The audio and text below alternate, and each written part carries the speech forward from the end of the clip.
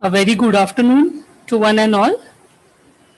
A warm welcome to you all in the last, that is the seventh day of our e-Shodhyatra. How time flies, and we have already reached the last stage of our Shodhyatra program. Today, once we complete our 3 sessions and we reach the destination of this Shodhyatra program.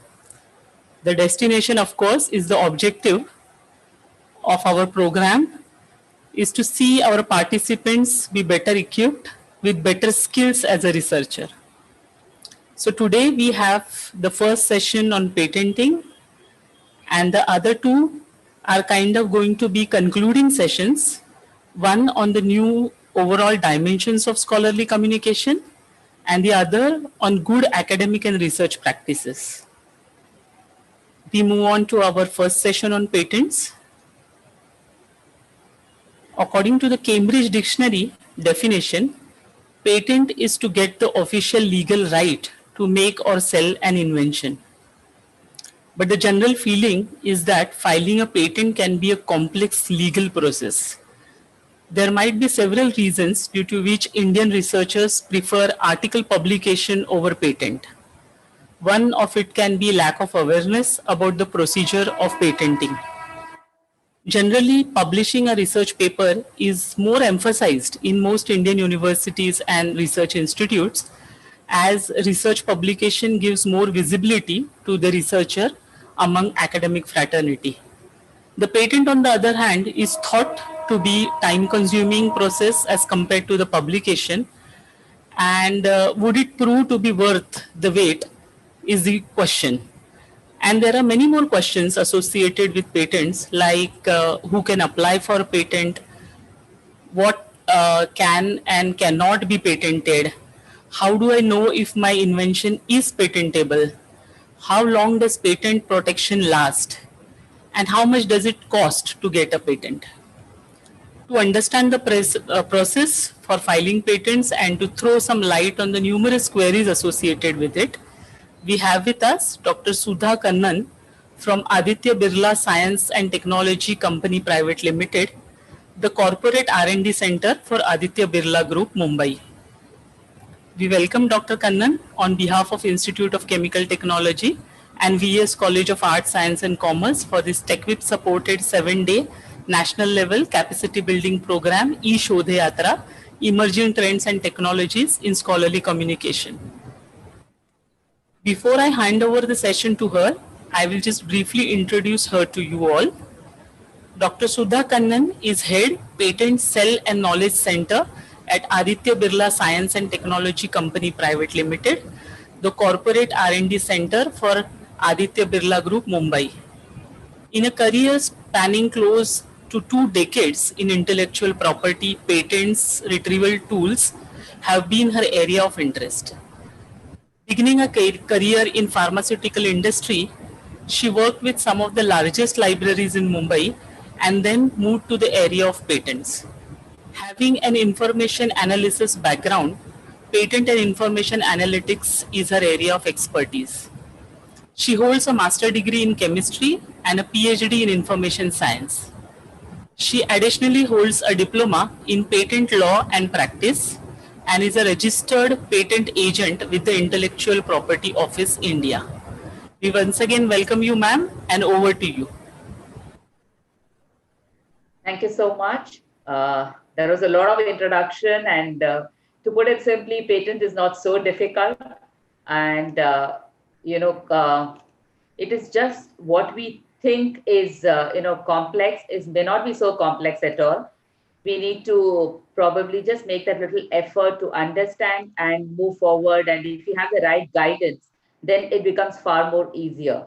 So if you just heard my introduction, you realize that I also belong to library science background, and we what do you say? I also made the move to patents, and have been in the industry now, working a lot on patents, a little less on literature, but I still work on both. So if you ask me what I do both patent literature as well as non-patent literature, besides patent filing, prosecution, patent analysis, because patent documents are pretty complex in nature in terms of the contents. It's a techno-legal document. It's a legal document containing technical data, simply put. And what Cambridge definition, which Madhuri referred to, is correct in a way and is also not correct in a way, because although it gives us the right, it does not give us the right to practice the invention for a different reason. So we'll just take a walk through as, basic introduction to patent, what rights it gives us, and how do we go about filing a patent, and what benefits it might give us, especially students in academic institutions which are doing a lot of research. I think it's very important for us to know the significance of patent filing and protecting our innovations before we go to a commercial partner. And that gives us a leverage to maybe gain more research funding for us, which is also important at any point of time.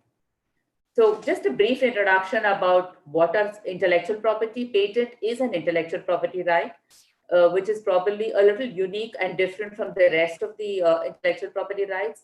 You may be familiar with some of them, such as trademarks, which is just an identity. If you see, a logo that's on a bottle, it's Coca-Cola immediately. There's a recall value. Amul has a recall value. So those are trademarks. A design is something which gives an aesthetic value. It does not give any other, it's not something which, maybe what do you say? It's not a physical object. It's something which is aesthetic. For example, a Coca-Cola bottle is a design. It could be an engineering drawing that could be a design. If it's unique in nature, if you're designing a new equipment, that could go under designs. Copyrights, of course, is very simple. Any artistic and literary works. So we have the books, movies, music, anything that we say, the paintings, all of them come under copyright. And other than that, we have geographical indications, and which is actually relating to products localized to a particular region. So if we make products in India, call it a champagne, that may not work because champagne is local to a region in France. Similarly, basmati is limited to a region in Punjab in India, as well as some parts of Pakistan. And similarly, we have in Maharashtra, we have the Kolhapuri chappals and the Paithani saris, and the list goes on and on. And geographical indication and something, copyrights, designs, even trademarks, all these are just mere registrations. We just have to apply to the office and submit the documents, and we say, okay, you're registered, there is a number assigned to you. Trade secret, of course, is a know-how, technology know-how. As we all know, maybe any of you are interested in innovations may have read somewhere that the Coca-Cola product, or what is there in Coca-Cola, is never known in public domain. There is no patent for it. There is no public literature for it. It's just a trade secret. And patents, of course, is a little different, as I said, from any of these other intellectual property rights. Patent is something that covers a legal document, a research work. It can be converted into a physical form, and it may be a process, it may be an application or use. It also could be a product. So, but product patents are by and large valued more than process and application. We'll go to it as we move forward with this presentation. So what is patent? Patent is a right in an idea conceived and converted into a practice. What this means? We may come up with some idea saying that, if we modify this process into using this ingredient, we may come up with a better product. Now, initially it's an idea, but we convert it into a physical process, try out lab experiments, and then we confirm that the product is indeed better by measuring its characteristics. So that is why we say an idea cannot be patented. We have to have a physical form to it. It has to be associated with a process. It has to be associated with some kind of application. It must be having an industrial value to it. And the sovereign grant in return of disclosure of the invention for a specific period of time is another way to define a patent, which in turn means that when we submit the document to the government, the patent office is always in every country is a part of the government. So when we submit the document to them, in return, they give us a right to use or exercise our rights over their invention. It is a sovereign grant. That's why it's called a sovereign grant, and for a specific period of time. Some of these intellectual property rights that we saw earlier, like geographical indications, and even for that matter, some of the others are perpetual in nature, whereas patent is not perpetual. Even trademark in some ways is perpetual, but a patent is not. Patent has a limit of 20 years. There are reasons behind this. One of the reasons is that, the product gets anyway, the process or the product gets superimposed by a better process, better product at any point of time. It becomes what you call no longer valid in any terms of, the value attached to it. And also, it also helps us to improve upon it. It gives, once it is free for use 20 years later, then researchers can make use of the information in that document to develop something further and create something more new. That was one of the logic behind giving this 20 years term, but there, of course, are various other reasons too. And as I said earlier, it's a negative right. And what it means is it gives us a right to prevent others from practicing what we have covered in our patent document or protected in our document. It does not give us the right to practice the invention. We'll come to that later. Some of the other points are covered in one of the later slides. The three basic criteria for patent: it has to be novel, it has to be inventive, and it has to have an industrial use. What this means is it has to be something very new, not known in public domain. Now, public domain in definition, it means that it has to be written in black and white. So something has to appear in literature. If somebody said something in Slovakia, it would not be considered, and I wouldn't know in India. So then it's not considered as known. Unless somewhere it's been published in a paper or a brochure. Now, novel can document, about 30, 40 years back, we used to say, if it's not known in India, it's not novel. It's still novel. But now that doesn't apply. We have access to documents across all the countries in the world. So in any language. So novel means that anywhere, any part of the world, it should not be published in any form. So it could be in simple things like, a blog, a brochure. It could be something like a company document. Could be a published article, part of a book. It could be anything. Inventive is something which means it has to be something beyond what can be concluded in an obvious manner. Like if there are 10 researchers, if we give them a problem, maybe 9 of them will come up with something similar in terms of solution. That is not considered inventive. If you're able to overcome the obvious, or what you call near-sighted solutions and come up with some solution which is beyond an obviousness, then that is considered inventive. Inventive also means that if there is, a mixture of 3 components, and the obvious thing is that A plus B plus C should give T. But if we get an E, and because of some small modification that we have done in the process or the way we added ingredients or any other, process conditions, then it gives us something which is not expected, not obvious, then that is also called as inventive. So those are the criteria for establishing inventiveness. Industrial use, of course, is very simple by definition. It has to have an application in the industry. We do have a US patents and some other countries where you see some really odd patents which have no applicability. I can just quote an example off the hat. It is a snake collar. We have heard of dog collars. We use dog collars. What do you do with a snake collar? But there is a patent on snake collar, which is a very old one, of course, now. Another key feature of a patent is the jurisdiction limitation. As we all know, the laws of a country apply to that country alone, and hence the patent that is granted also is limited by that country to the borders of those countries. So 2 key limitations in a patent are, it is valid only for 20 years, and also it is limited by the jurisdiction. So if I file a patent in India and if I get it granted in India, it will be limited. My rights are also limited to the country. I cannot exercise a right in any other country. So as I said, a little more on this.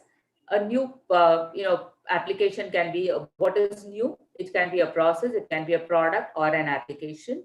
And non-obvious is, as I said, it should be something which is not easily achievable, something beyond what we can think of under the normal circumstances. Industrial applicability means it could be capable of being made, manufactured, or it can be used in the industries. That is already something that's already existing, something like method of generating electricity. As I said, the criteria for new patent is not be used anywhere, not published anywhere. Not used is pretty obvious, although we write it there, but I think all of us know that, if it's in use somewhere, it's already known. But the key criteria is it should not be published in anywhere, in any form, any language. Now, there is no bar on language or the format of publication. So how little more deep dive into, what is novelty, which is the first criteria for patentability. It is should not be known before, as I said. What would be a process patent? Because we also studied the three categories. So the process patent could be a new reactant which has been used for achieving a product that's maybe already known. It could also be a new process condition. A lot of my examples are related to chemistry because it's simpler to explain. Do let me know at the end of the session if you have any questions on any other technology area. Yeah.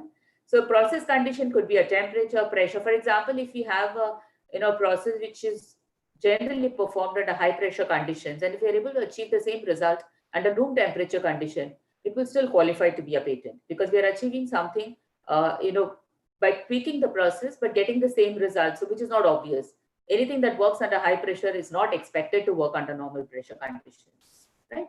And similarly, a new solvent system will be more user-friendly or more economically friendly. For example, instead of an organic solvent, if you're able to use an aqueous solvent system, it is obviously considered novel. And an improved method. If you're able to improve the method by reducing the ingredients or the solvent system, by varying the proportions, by having less byproducts, all those will come under process patent. A product patent could be simply a new chemical entity altogether, new formula, new chemistry. It could be a new formulation, which is generally a composition, wherein we use, it could be ready to use. For example, a chemical entity may not be readily usable, but for a drug formulation, we add a lot of inactive ingredients and make a drug formulation, or similarly in FMCG good, a shampoo has an active ingredient and some other inactive ingredients. So also a paint composition. So you take anything, we all know that there is something which is active in that, and there's some more inactive excipients and or some other preservatives added, perfumes added, whatever. There are so many things that are added into that composition. So that's a formulation that will qualify as a product patent. A new device would also qualify as a product patent, wherein we come up with a new phone, for example, simple, or it could be a new, fabric textile product. It could be a new, what you call a table, a wooden furniture. It could be anything that would qualify, or an engineering product will also qualify under product patent. Application is when we find a new use for it. For example, in pharma industry, there are several examples wherein we have initially the product is expected to treat a particular disease condition, and later on we moved into another product application where we could use it for another disease condition too. It may be in combination, maybe alone. So that is an application patent. And also a new form. For example, if there is a product that can be is traditionally known to be injected into the body, which is not really patient friendly, if you convert it into a tablet form and it's more user friendly, that would also qualify as an application patent. The chemical entity would still remain the same, the excipients would vary, and the way the dosage would vary. So that would be an application patent. A new dosage regimen is also considered to be an application patent. When we change the way it is being used, would also be an application patent. This may not really always qualify as a product patent. In some cases, it could as well. So the next criteria is the obviousness, or the inventiveness, as we call it. It should not be anticipated, as I said, by the subject expert. That is the basic criteria. That's the way patent law defines it. So in simple words, if we knew a product that's made by 3 ingredients and we are expected to have fourth final product formulation, by merely adding another ingredient which does not change the properties of the final product, is not patentable. But if we manage to remove one of the ingredients, which is obviously contributing to the product, but we still retain the product by tweaking the remaining ingredients, then that is considered patentable. There have been several examples in chemistry and applied chemistry in this kind of process patents. We have seen several being granted across the countries because it is not obvious. Now this comes under obvious, non-obviousness. Replacement of reactant or solvent from same class of compounds is considered obvious. Now this is what we saw first, is just non-obvious, but in this particular case, if you're just changing, for example, an ethanol with a propanol or a ketone, even ketone alcohol sometimes is not patentable because it is expected to behave in a similar fashion. That's what the patent office goes by. I also wish to highlight that different patent offices look at patentability criteria differently. Although the basic criteria remains the same 3 is applicable across the world, but the way they look at inventiveness or the way they look at industrial applicability is different in different countries. For example, In India, software is not considered patentable, whereas, in US and Europe, you still manage to get a patent. US is considered to be more liberal than many other countries across the world and while granting patents. Even in this kind of, the chemistry that we're talking about, where we're removing an ingredient, in US is more liberal than Europe or India. Europe is pretty stringent in these regards. The examiner raises a lot of objection when you go with chemistry patents, especially because obviously chemistry being so old, there's always some prior art or the other, and which is pretty close, and we need to overcome those objections. The third obvious, example of an obviousness is when there is a two-part reaction and we convert to a one-part system. It is still not always considered patentable because we may not be changing anything there. But if we do change, for example, as I said, a two-part reaction, one under high pressure, one under normal pressure, and we convert to one-part reaction, and we are able to achieve it in normal pressure conditions or even at room temperature conditions, that would still be considered patentable. But if we were not to make any change, just convert it all from, instead of removing the intermediate, but we continue in the same pot, it will not be considered patentable. As I said, synergy giving rise to unexpected outcome, is not obvious. So that is patentable. If there is no synergy, and if the reaction functions the way it is expected to function as reported in literature, any small changes made will not be considered patentable. So industrial applicability, I'm not going into the details because it's very simple. It has to have a utility. If it doesn't have a utility, and it doesn't make any sense. And so the patent office can always reject such patents.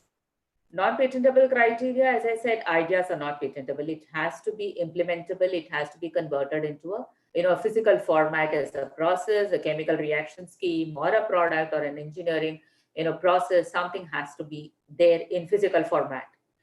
So different criteria and different criteria for non-patentability, as I said, for patentability, and also now in this case, it's also non-patentable because each country has its own laws on what they consider,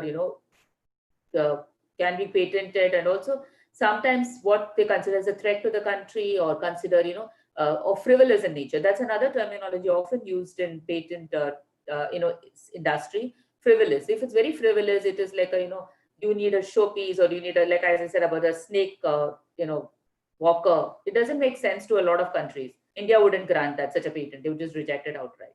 So those are some similar criteria. In India, by far, in fact, we have one of the most stringent conditions in the world for non-patentability. So if you go through some of them I've listed here, so a discovery or scientific theory or a mathematical model. So a formula per se in India is not patentable, nor is an engineering calculation patentable in India. An aesthetic creation, again, is not patentable. So a statue or a painting or anything is not patentable. But if you do have a concrete structure having certain properties to withstand certain, earthquakes or wind speed and all that, and we make some changes in the formulation, the concrete composition will be patentable, but not the creation per se. A scheme, a rule, a method of performing a mental act, playing a game, or doing business, or a computer program will not be patentable. All these come under the formula category. A presentation of information is not patentable again. A procedure for surgical or therapeutic treatment or diagnosis to be practiced on humans and animals. A method of treatment is not patentable in India.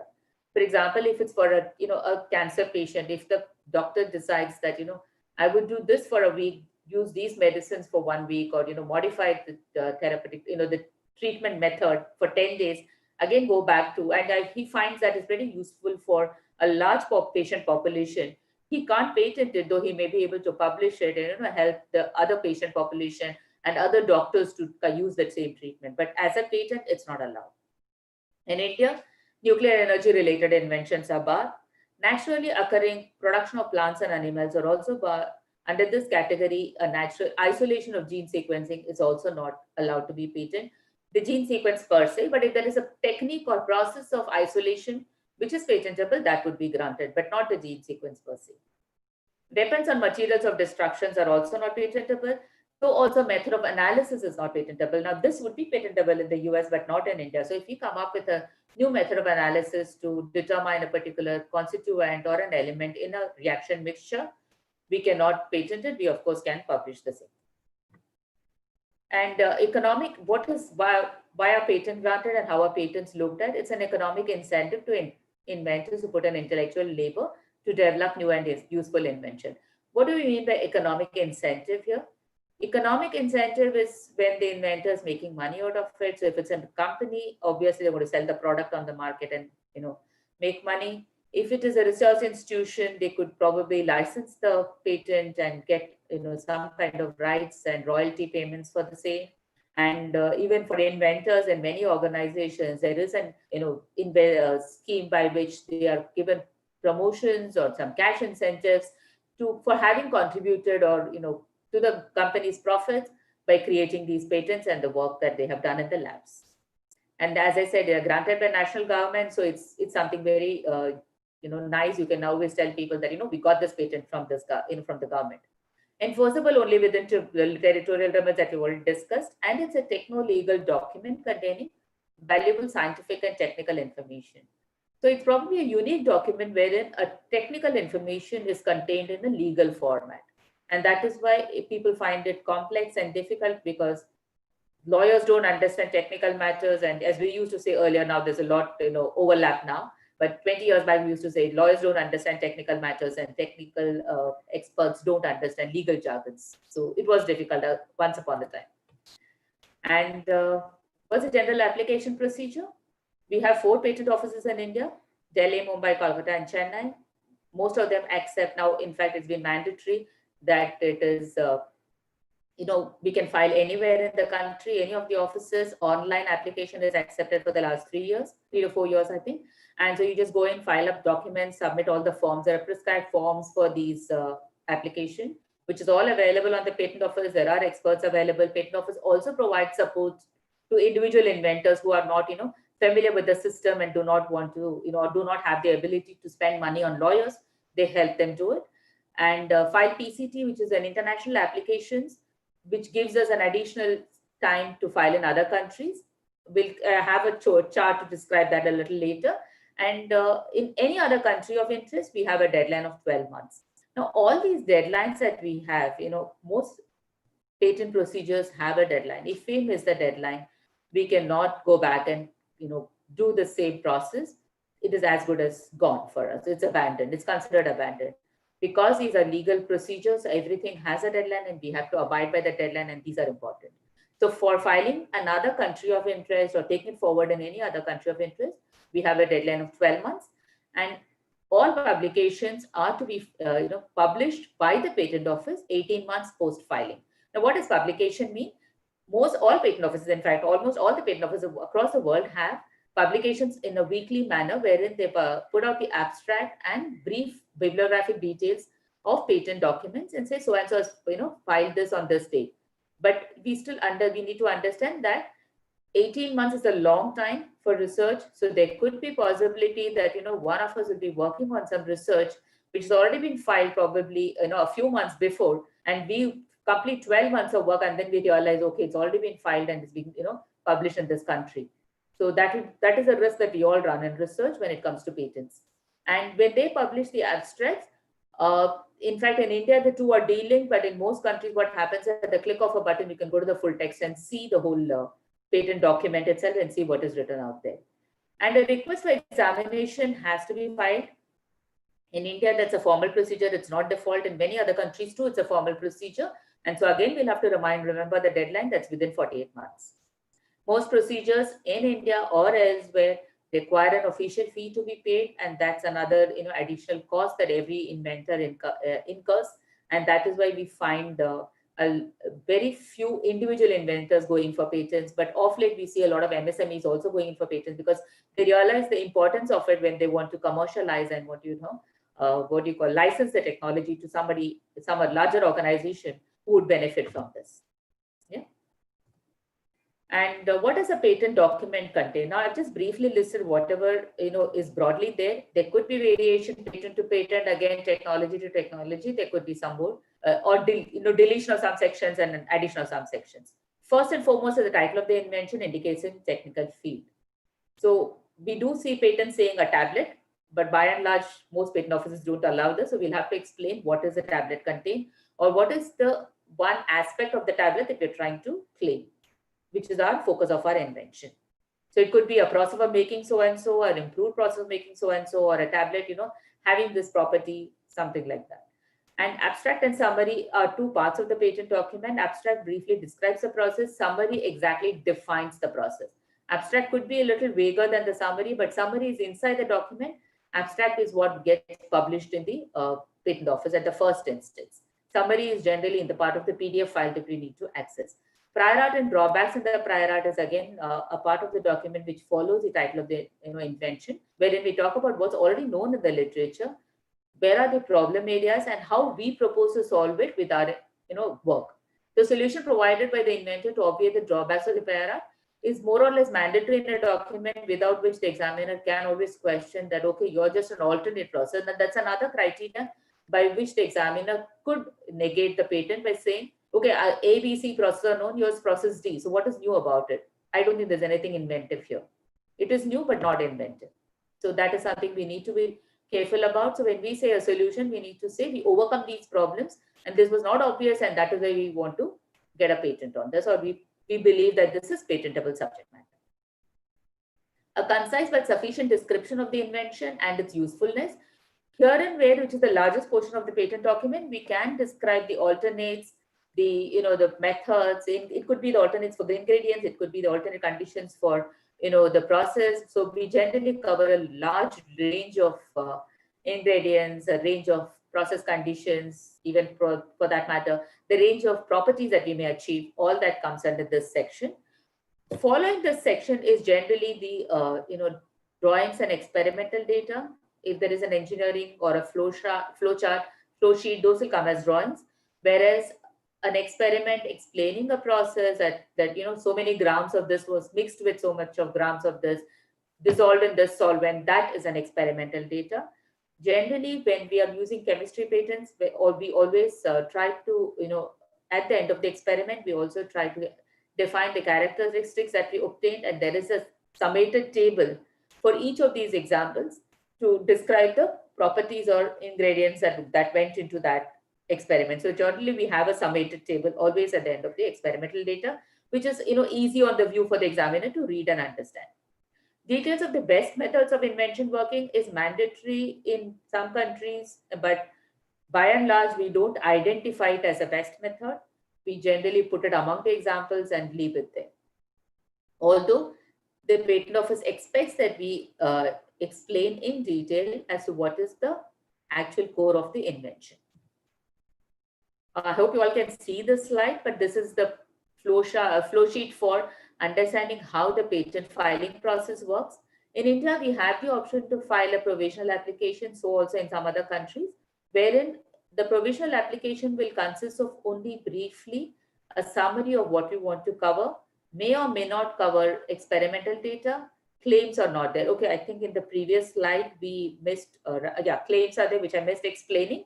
Claims is where we actually talk about what we are wanting to claim. So the first claim is generally the independent claim, as we call it, wherein it tells exactly what we want to claim. It could be a process, it could be a product. It could also have a limitation in terms of what is not claimable in the invention, because in process patents, as I said, there could be closed prior art. So when we want to be very clear about what we don't want to claim, we could also put in there. Also, we could put a broad process and we say wherein this is what is important. So that is also possible. That is a limitation claim that we have. And further on, we could put the dependent claims wherein we explain each of the process conditions, the ingredients, the intermediates, everything. And finally, it could be also the characteristics, all that part, form a part of the claims. These are generally numbered and they're short sentences. It cannot be paragraphs. So that is the basic criteria for a claim. So when we said provisional application, we do not have claims in this. It could be just a brief summary as we would prepare an extended abstract, and followed by a complete specification within 12 months, which will cover all the features that we saw in the previous slide. Again, it is not mandatory to file the provisional. We could straight away file the complete specification if you are ready with all the data. But if we think that, a competitor is also working, or we just need a few months more to verify certain data and we want to file a patent, then we would advise provisional specification. Once the complete specification is filed, then it gets published in a journal. I'll first cover the Indian process and then we'll go for the international process. So we have the publication, as I said, in the official document. And then we have to file the request for examination. The only reason we're putting it in this sequence is the time for request for examination is longer than the publication time, but it does not mean that we cannot file a request for examination prior. We can do it immediately on filing the complete specification as well. It is just within this time limit. There is no bar on how early can you do it. And once the examination is filed and request has been filed and the report has been examined, the examination report is issued and sent to the applicant, and he's asked to reply to it. And if they feel these responses satisfactory, and in cases some amendments are made, some changes are made in the claims, and if the examiner is satisfied with it, he would immediately grant it or reject it as the case may be. Now that completes the process. Overall, this process does take about 4 to 5 years. Indian Patent Office has been trying to reduce that time, and we have seen in the recent past national phase applications getting granted in about 2 years' time as well. But there is still a delay, so we have to keep in mind that a patent from filing to grant would take us anywhere between 3 to 5 years. So if you look at the international application, as I said, once you file the complete under the World Intellectual Property Organization, wherein India is also a signatory to the treaty, we can file a PCT application. Now, this is just an application. There is no grant or any such thing. But this document ensures that we have an additional 18, 20 months to file in other countries. So what happens is once we file the application, the PCT also requires us to pay the fee for international search report. That's again mandatory. So what we can do is that we can file the search report once it is received. If we feel we wish to make some changes, we can do it right there, then and there, and then file the amended specification in the countries of interest, or just wait for the national phase application, which we can do, as I said. In all, from the first date of filing to the last date of filing is about 31 months. But again, it varies from country to country. Smaller countries like Luxembourg and all have 20 months from date of filing, whereas India, Europe and all is 31 months, US is 30 months. So it just varies. So we need to keep that as well in mind when we choose the countries, and we need to be ready with the filings at that time. Otherwise, we will have a problem. We'll not be able to go back and file it. And because it's in public domain, we cannot file a fresh application either, because our own document becomes prior art to us, right? So it can't be done. And then, as I said, the last step is the communication to designated countries, filing in the designated countries, and then follows the same process as it follows in India. The examination fee has to be paid, the examination is done, and then the examination report is received from each of these countries. We have to respond to these and then get it granted.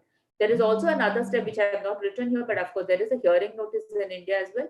Even in US, we have interviews, wherein if the examiner is not happy with our reply, but there are just smaller things that he wants to clarify, he can call for a hearing. We attend the hearing and explain them what is our invention, and if he's happy, then he would grant the patent, right? Convention application, as I said, is what we file in within 12 months straight away in another country instead of following the PCT route. This is a little complex, and just briefly explaining. Anybody who is interested, please contact me separately. We will, I'll explain that further. So, okay, now that was for the external process of physically filing a patent. So what do we need to do internally prior to all this? Because that is where the glitch happens. We don't know what to do. We do not know whether it's a patent. We do not know what we have done is, patentable, or sometimes we feel it's patentable and it may not be patentable. Both are possible. And then how do we define what is patentable and what is not patentable? In most organizations and institutes, even in India, I know IITs have it. I'm not sure about ICT or any of the larger institutes, but we do have an IP cell. It could be a business development cell who work with industrial partners and also take care of IP, or it could be a purely IP cell who deal only with IP matters and legal matters. So when we do the lab work, many of the students do not really think about patenting at the first instance, but we do always a literature search. So for patentability, along with lab work, a good literature search is a must, because that defines as to what is already there in the literature and what opportunities we have to file a patent. Now, again, all new matter, subject matter may not be patentable. There could be some bars, which I'll describe a little later, but there could always be a possibility that what we have worked on is patentable and may add value to the institution as well as the inventor. For the institution, if it's like a product that can be licensed, it makes a lot more sense to generate more revenue for conducting further research. For the inventor, of course, it's a recognition and some monetary benefits always. So what do we do? Once we have achieved some kind of, what you call the stage gate in the lab work, and we believe there is something that can be worked on and can be shared with external partners or even for external publication for that matter, please share it with the IP cell or anybody, your professor, whoever is, can help you with this. Please share it with them. Make a check on whether it's patentable, not patentable, even before publication, because publication also becomes a prior art for you and is considered a public domain information, right? So once the IP cell receives it, they may sit with you and ask you more data on what you have done. They may need experimental data. Please share it with them, because I've also come across situations early in my career where scientists have refused to share data, saying that, no, this is confidential. I used to tell them that if you don't share with me, how will I even search? It's not possible, right? So you please share all the data with them. Give them the reasoning also why you thought of this, because that helps us in establishing the patentability, also on how to write the claims.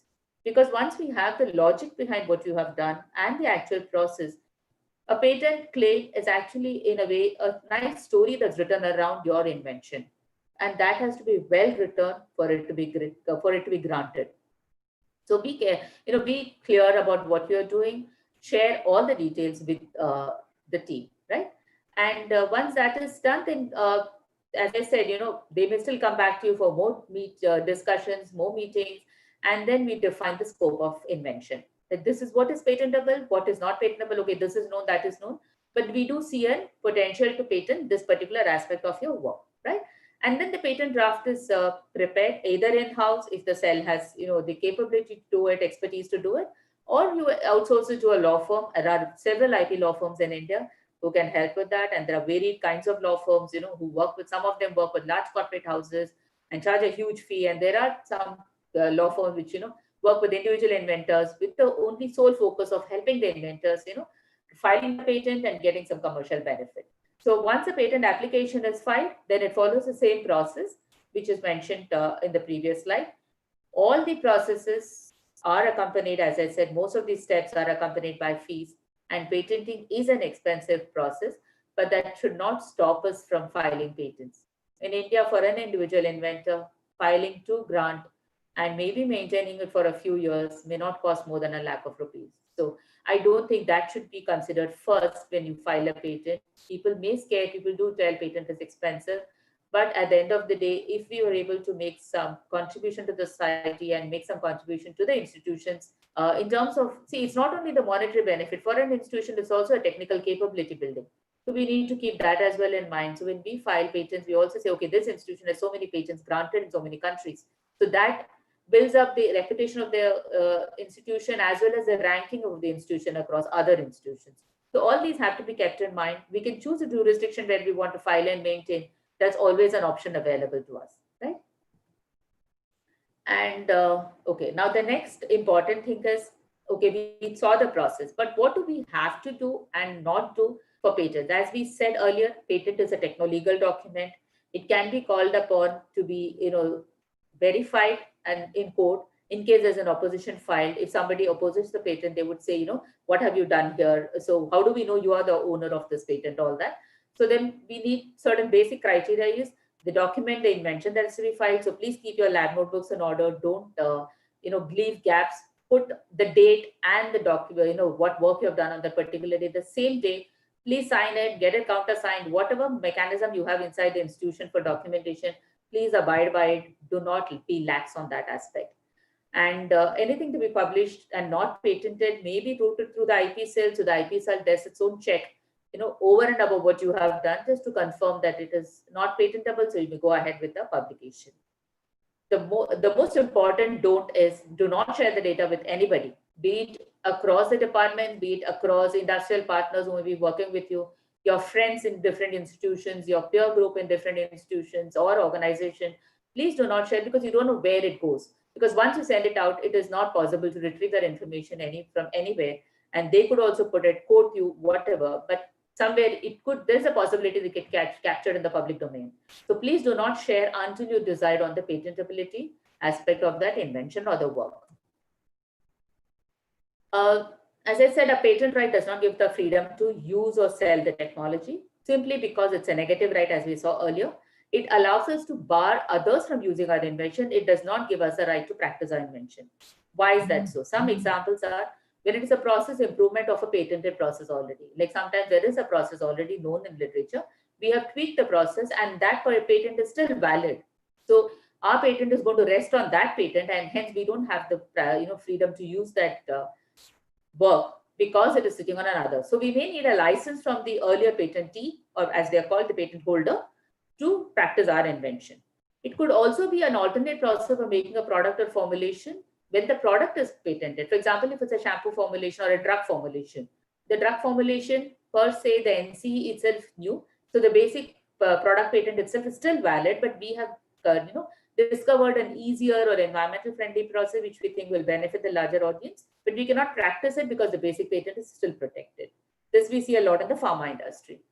And process using a raw material or intermediate that's patent protected. Same way, if there is an intermediate that's patent protected as a product, even if we use it and come up with something else, we cannot use it because the intermediate is protected. So we need again a cross licensing. So a lot of the industries work on cross licensing in these regards. Also, a patent may be in conflict with regulatory laws. We could have made a process using some ingredient or an impurity profile which is above what is permissible in the industry by the regulatory laws, under the regulatory laws.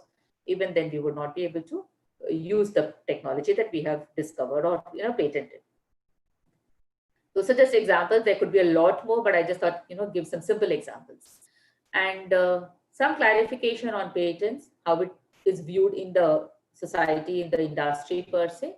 Any new thought or idea during the course of employment, it's by default the employee is the owner because he provides for the infrastructure to work on the invention and work through the invention as well. In case of an institution, some institution give the inventors a right, but many a times it's still the institute that owns the invention. The inventor gets his own benefits in many ways. And who is an inventor? The one who first conceptualizes the idea, and anyone else who contributes to fine-tuning it, tweaking it, improving upon it. All those people can be called inventor. There's generally no such thing as first inventor and second inventor, but there's by and large, there's always a core inventor and additional inventors. And when there is something new and patentable, we should always look at patenting first and then look at publishing.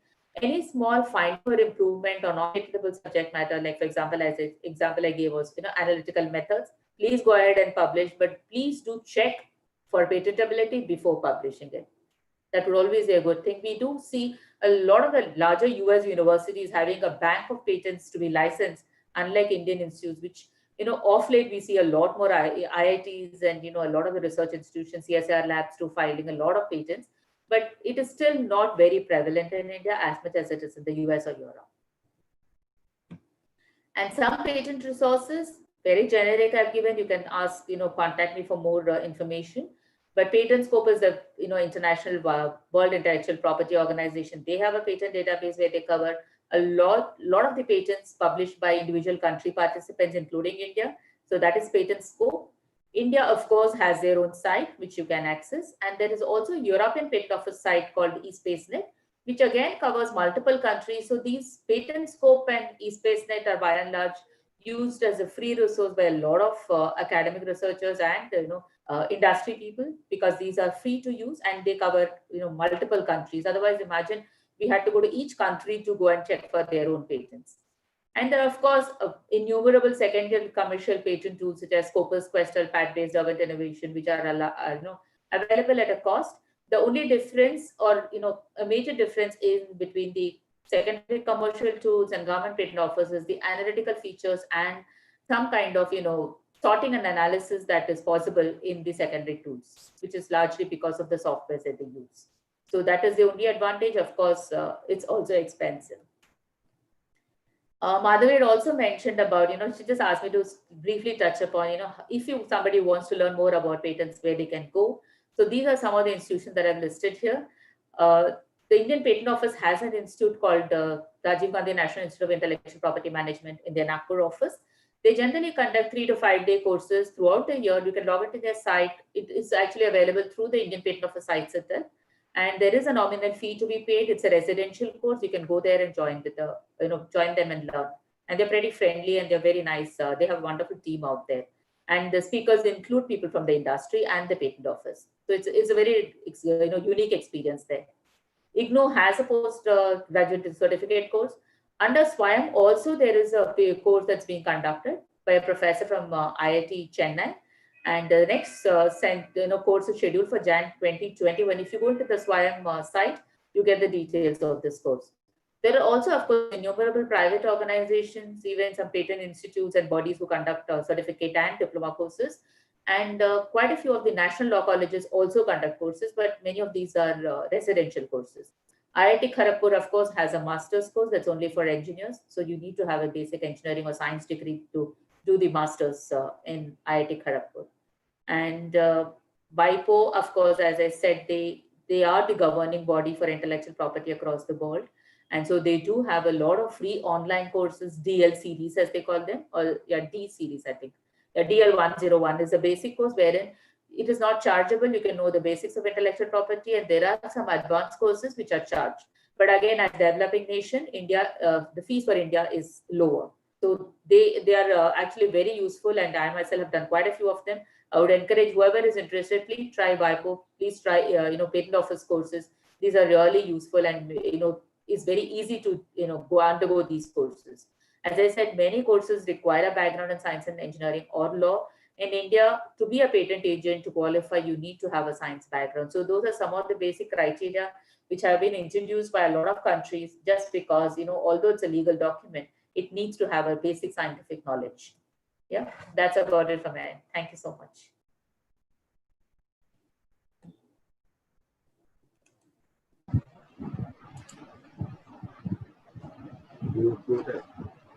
Madhvi, unmute yourself, please. Yeah, sorry. Thank you, ma'am. Can we take up some few questions? Yeah, sure. So one of the participant wants to know that what if my developed device is a budget-friendly product as compared to the expensive device? Is it considered novel? Can it be patentable? It is like downgraded device, but is useful for researcher in a laboratory. So how do we know if the process product can be patented? Yeah, see, economics of a device is always considered a criteria, but when it comes to a patent, examiner may not consider it, although we do put it in the disclosure saying that, it's less costly or, more environment friendly. But when he says it's a downgraded device, so I presume that there are changes in the device per se. So there are some things, which are not there, but it still performs a function that the expensive equipment performs. So obviously, it will be patentable. Okay, thank you, ma'am. There is one question. How do we know if a process or a product is patented? You have to search the site, as I said, either patent office site or any resource for patent. You will have to do an exhaustive search to identify that this is not patented. It is the onus is on the applicant to know that. Otherwise, patent office will pick it up and say, okay, this is already known, so we reject your patent. And that's why I listed some of the free sites and the commercial tools. We can use any of them, but we need to do that search.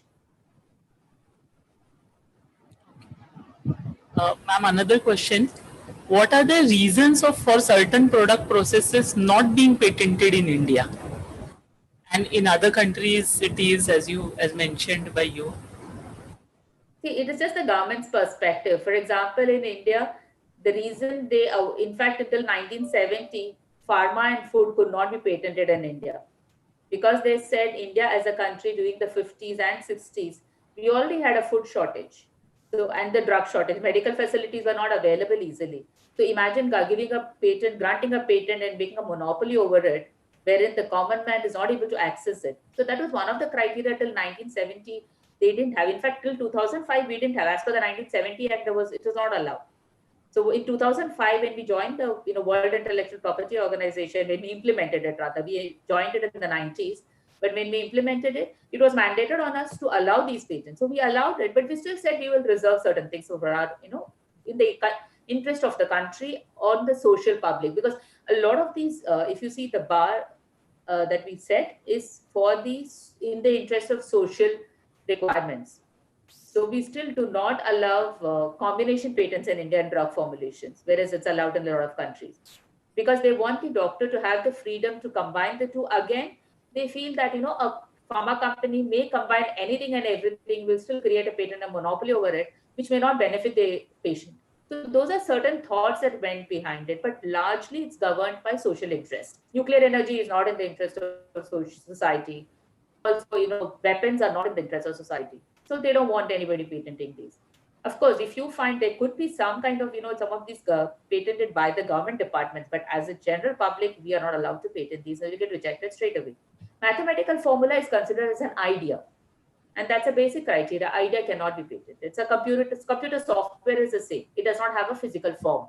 So, and that's why it's not patented. So that is why in India, as I said, has taken a by far stringent interpretation of novel and useful and all that, whereas countries like US have taken a more liberal view of the same.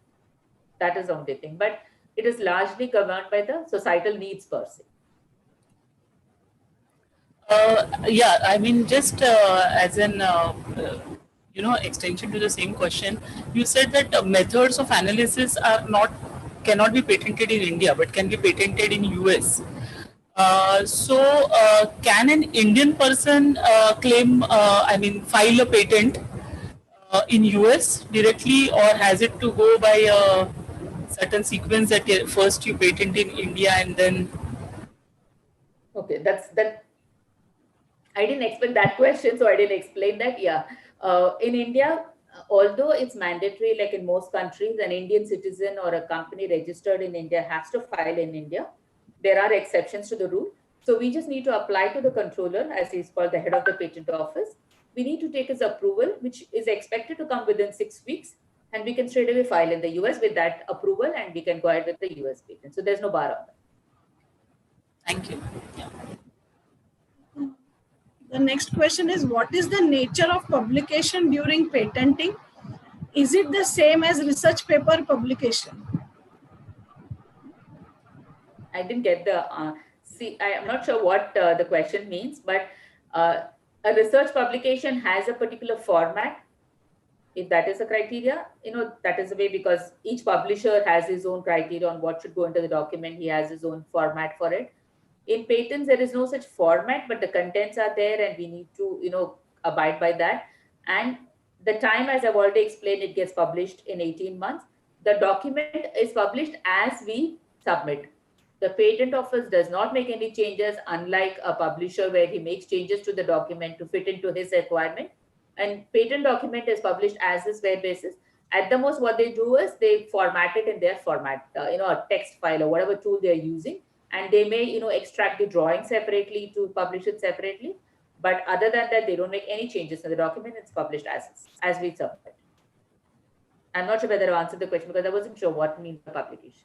So in case the researcher wants any other clarification, I request him to add it to the chat box so that we can discuss with Madam further. Well, he's already replied that answers this question. So I think that's okay. Okay.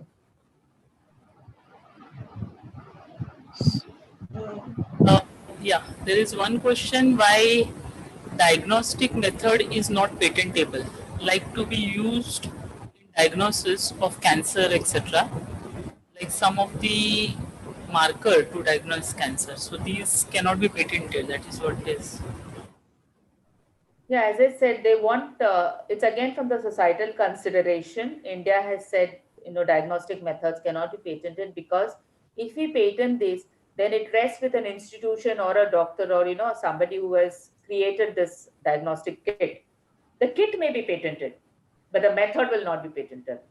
In India, there's a distinction. The kit may be still, as a device, it will get patented, but the method of, diagnosis will not be patentable. Again, from the societal consideration, because as it is, we have difficulties in accessing medical facilities. So if it's limited to a particular institution, then imagine the others will have to pay a royalty to him every time they want to use it. They want that access to be available to all, and that is only condition. But the device per se, like we have the GE medical devices being sold in India, so many different, things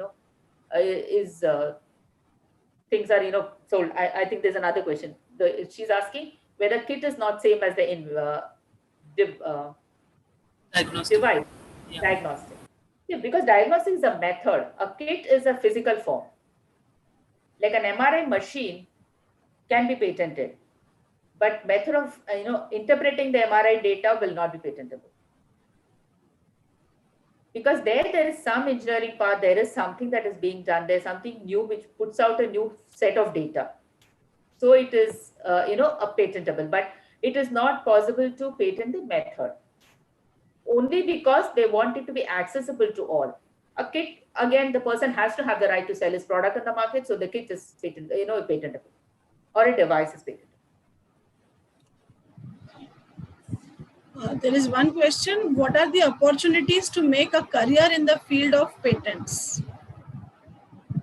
There's a lot of opportunities, depends on the subject area that you're in, you belong to, because in some technology areas, there's a lot more opportunity, in some less. For example, in a commodity industry, there may not be so much opportunity. But if you look at pharma or software, there's a lot more opportunities. And also, I think now a lot of chemical industries are also looking at huge patenting activity. So then it becomes, there's a lot more opportunity to do what you want. Again, there are two types of opportunities available largely. Of course, there are more people also working in patent area, but it's generally the corporate sector, who actually file the patents, and the law firms, IP law firms, who work on procedural aspects of patenting, doing work for the clients. Of course, there are, as I said, a lot more people who are doing it, like even financial experts need IP as a part of the financial report. So there are IP opportunities there as well. But you have a lot of institutions, and basic, as I said, criteria is you need to be a patent agent in India at least, and you need to have at least one subject background, and many of them prefer a PhD these days. Yeah, there's one question, ma'am. Can you please suggest, should an early researcher go for patenting, if at all possible, or publication first? And secondly, he wants to ask that I would also like to ask, after patent duration is over, can others claim onto it? I didn't get the second part of the question. Will you just repeat? Once the patent duration is over, can once the patent onto it? Yeah, once the patent duration is over, the patent is free for everybody. We can use the technology, what is covered there. We can also make improvements upon it and file a patent again and own the right to it. So after 20 years, it's just like any other literature document. And what is the first question that you asked? That an early career researcher should go for patenting first or publication first? It depends on the kind of work that he's doing. So it does not have any correlation with whether he's an early researcher or he's just, 5 years into research and is going to complete his PhD or postdoc work. That is not really any, of any value there or any consideration there.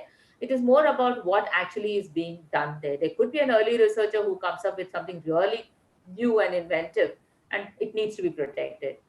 Could also be possible that, a good research is just a good research and nothing patentable there. That's also possible. So it's a call that we need to take, Dave, depending on what value we see there as, patentable or not. Always seek help from the team. That's what I would advise. Don't take a decision. Always take help from others. The next question is, can new research approach with existing methods will be considered for patent? When it is said that innovation or inventions are patentable, can you help with some new case or case study in this discussion? Now, I can't remember offhand any case study, but if what do you mean by new research? What's the first part you said? New research? New research approach with existing methods. Can that be considered as patentable? New research method with existing, new research approach with existing methods. It's a little, play of words there. There has to be something tangible. Then it is not possible. If it's something like, if you just merely change the sequence of addition and you call it a new research method because it's easier to handle the chemicals that way, but in essential, it doesn't make any impact on the existing process, then it is not patentable. So it's a little, it's unclear the question. The question has to be more clearer, but the point is that you need to have some tangible change in the process, without which it's not patentable. It's one question which is related to copyright.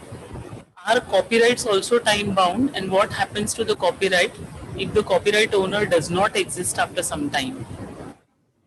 Well, that's very common. The copyright owner is not going to live forever. But yeah, but generally it is set 60 years after the lifetime of the author. That is the copyright, lead. So if we have the old classic novels that we read all the time, it's read since childhood, or a movie made in the 1930s may not be copyrighted unless they have sought protection under some special condition, which is very rare. So in fact, today adaptations of a novel or a book written in 1800s is it's really possible, but at the same time, adaptation of a movie made in 2000 or 2010 is not possible. So it is generally set 60 years after the lifetime of the author. Even if you want to use it during that period, you can pay a royalty and use it, but you need to take the permission from the author, or if he's not alive or if he's no more, then from the family.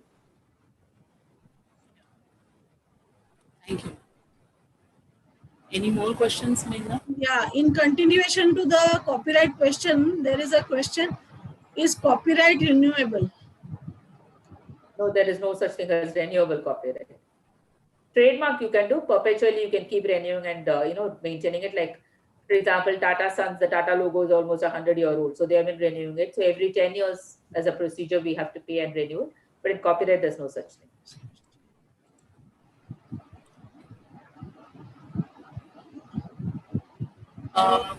Yeah. There is one question from one of our YouTube participants. What are the drawbacks of having patents facilities and how to overcome them during research? I actually don't get the question, but ma'am. There is no drawback. If the patent department doesn't know what you're doing, they're not going to interfere with your work, frankly. So there's no such drawback as such, unless you find, probably, some researchers find the patent team overbearing on them, which, wherein they feel that, they're not able to do what they want to do. That's a very rare occurrence. I think you should just go by with what the patent department says, because that's the best way to deal with the situation if you want to protect the research that you're doing.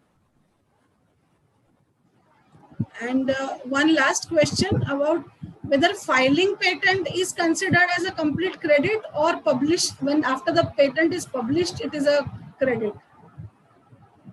Credit. So how, I mean, if a researcher wants to claim credit, so does the step of filing the patent considered to be enough, or only after it is published, it is considered as the process is complete? Publication is just a procedure, public domain information. That's about it. So once you've filed and got a filing number for it, I think that's good enough to claim a credit for the patent application.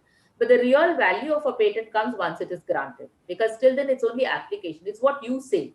The patent office has neither examined or approved it for a grant. So patent filing, of course, once you get the number, you're free to talk about it. As I said in one of my earlier slides, please do not publish, file patent first. But once you filed a patent, you're free to publish, whatever literature you work there. You can quote the patent application number to what you want in public domain. But the real value of a patent, wherein you can take a credit and say you created something, is only when it is granted in a particular country.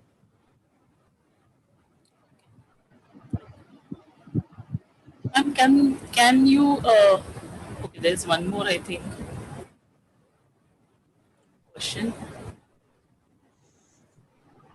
Is it possible to throw some light on open internet resources using for courses? I think this is to do with the copyright. I didn't get the question. It's like I suppose that the participant wants to say that something is picked up from the internet, which is open source. Then is it? This is, I think, more related to the copyright part. So then, is it any infringement of copyright or something like that? As long as we quote, see, whether it's open source or, a copyrighted source, as they say it is still owned by the author. A publisher will say it's copyrighted by him. But an author, once he puts it out in a blog or an open source or his Facebook page, even for that matter, it is something that he has written. So obviously, copyright is by default, unlike patent or trademark where you have to apply and register it. Copyright is by default. Once you create it, a painting doesn't need a copyright in that sense, in a formal manner. But you cannot, just rampantly pick it up from there without quoting the source. You need to mention that this is authored by so and so. I picked it up from this. It's like any other bibliographic reference that you give in a document. You need to quote the author. Of course, in certain copyrighted cases, they would also debar you from, bar you from using that information. And there are, we see often publishers saying that you can't pick up the abstract verbatim, you can't use it in your work, or you can't publish it elsewhere, for other newsletters that you may create. So there are other rules that apply. And we know that as librarians, how we can extract information. So as far as the research is concerned, for academic purposes, by and large, they do not make an issue of it. If they quote somebody or pick up some extract from some part of the document, but you need, as a matter of default, please, state from where you picked it up and who was the source, and do give a link wherever possible.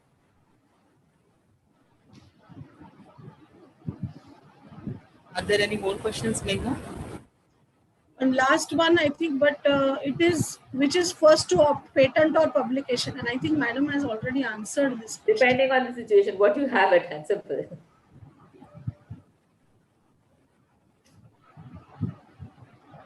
Thank you so much for giving me this opportunity. It was nice interacting. So hopefully I've clarified some basic things. Of course, Madhavi and they have the email ID and contact details, so you can just get in touch with them and they will, contact me, or Meghna or Madhavi can also share my email ID, so no problem. Yeah, thank you so much. So we thank you very much, Madam, for an extremely systematic presentation. And you have actually enlightened us today, I would say, on the subject which we had very less, or I must say absolutely not much information. So mostly because of ignorance, and I think fear because of ignorance, majority of the researchers generally don't even try to make any attempt towards patents or patenting. But this session has truly made us all more aware and has actually educated us on the process of patenting. Beginning with the right from identifying if the work is patentable, if yes, how do one go about it, and the intricacies of the process, and finally, how do you maintain this intellectual property. All this was very well covered in the session. Queries by the in the participants' minds were also resolved, doubts were cleared. Thank you once again for such a detailed presentation, ma'am. Thank you very much. Thank you so much for this opportunity. Thank you.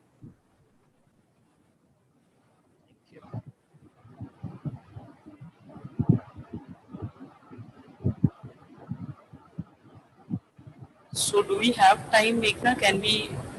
Yes, we can. Pick up the instruction part? Yeah. Dear participants, since we have some time in between, we thought that we have certain instructions to give you all, since this is the last day of our Shodhyatra, of our program. So I'll just quickly share the slides so that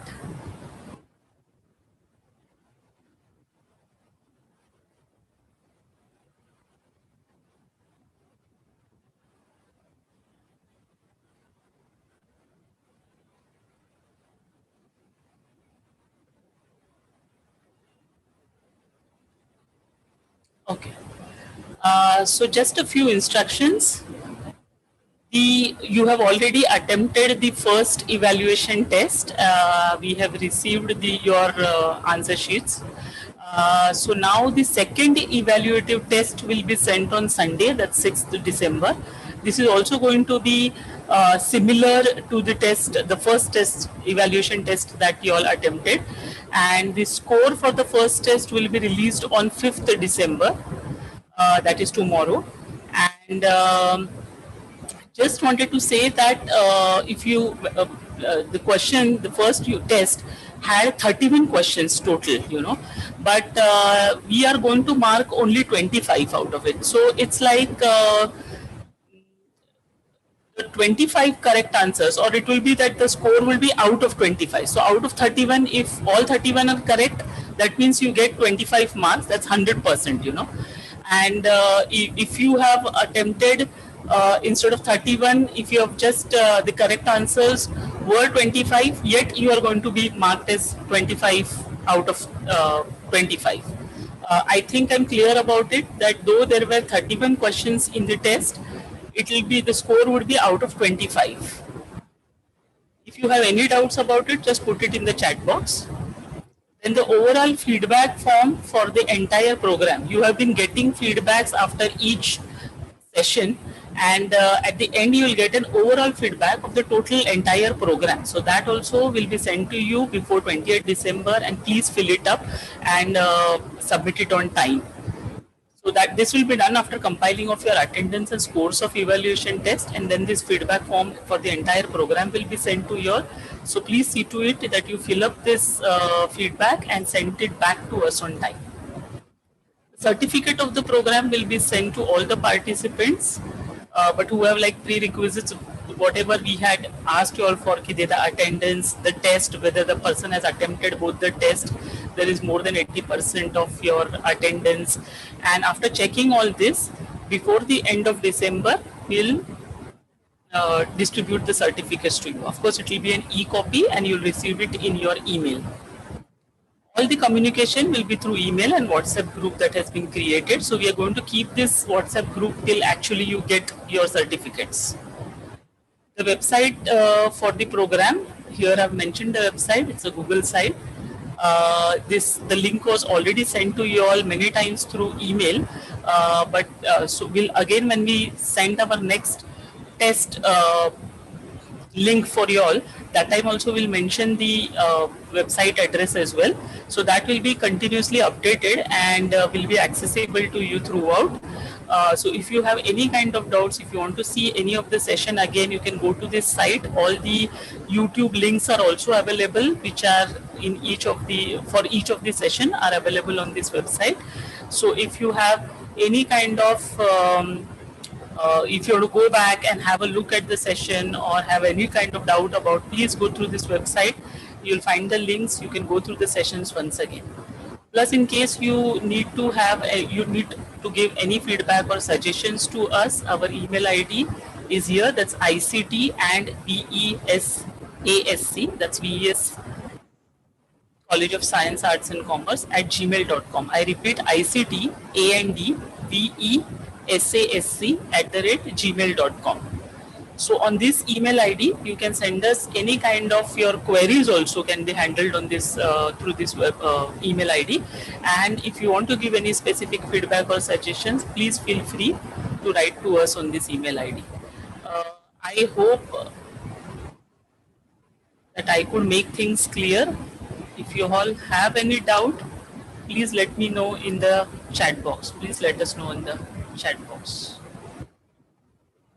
I'll keep this slide open for some time.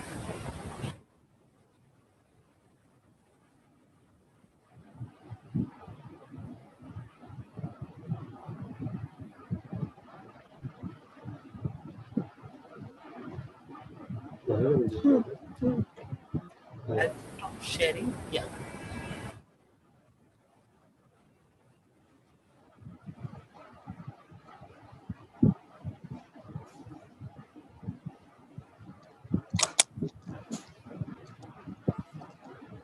Moving on to our next session for the day. Till recently, scholarly communication was equated with publication of journals and monographs, a process that could be clearly distinguished from other communication practices. As scholarly communication practices are transformed by network communication, new models have come into practice and are relevant to the transformation. There is an evolution in the scholarly record, and now we come across several new forms of scholarly communication. Novel formats of journals like data journals, video journals, mega journals, the concept of open peer review, post-publication review, research data management, open citations, and many more. To know more about all these dimensions, which are novel in scholarly communication, we have Dr. G. Mahesh, an expert who heads the Science Communication and Dissemination Directorate at the CSIR. We welcome you, sir. I would now like to introduce Dr. Mahesh to the participants. Dr. Mahesh is a senior principal scientist with the Science Communication and Dissemination Directorate at the CSIR. Previously, he was the head of the Information Resource and Media Division at the CSIR NISCARE, that includes the National Science Library, ISSN, National Center, South Scientometrics, etc. He is also a professor at the Academy of Scientific and Innovative Research, where he teaches science and technology communication. He has published several research papers in national and international journals, including journals such as Scientometrics, Libri, Program, Electronic Library, and so on. In the past, he was also the project leader of National Knowledge Resource Consortium, a mega project that facilitated access to science and technology information resources at the CSIR and DST labs. He was also the National Focal Point Coordinator of the SARC Documentation Center. He is the Fellow of the Society of Information, IFLA ALP Fellow, and also has served a stint at the Edinburgh University as a Commonwealth Professional Fellow.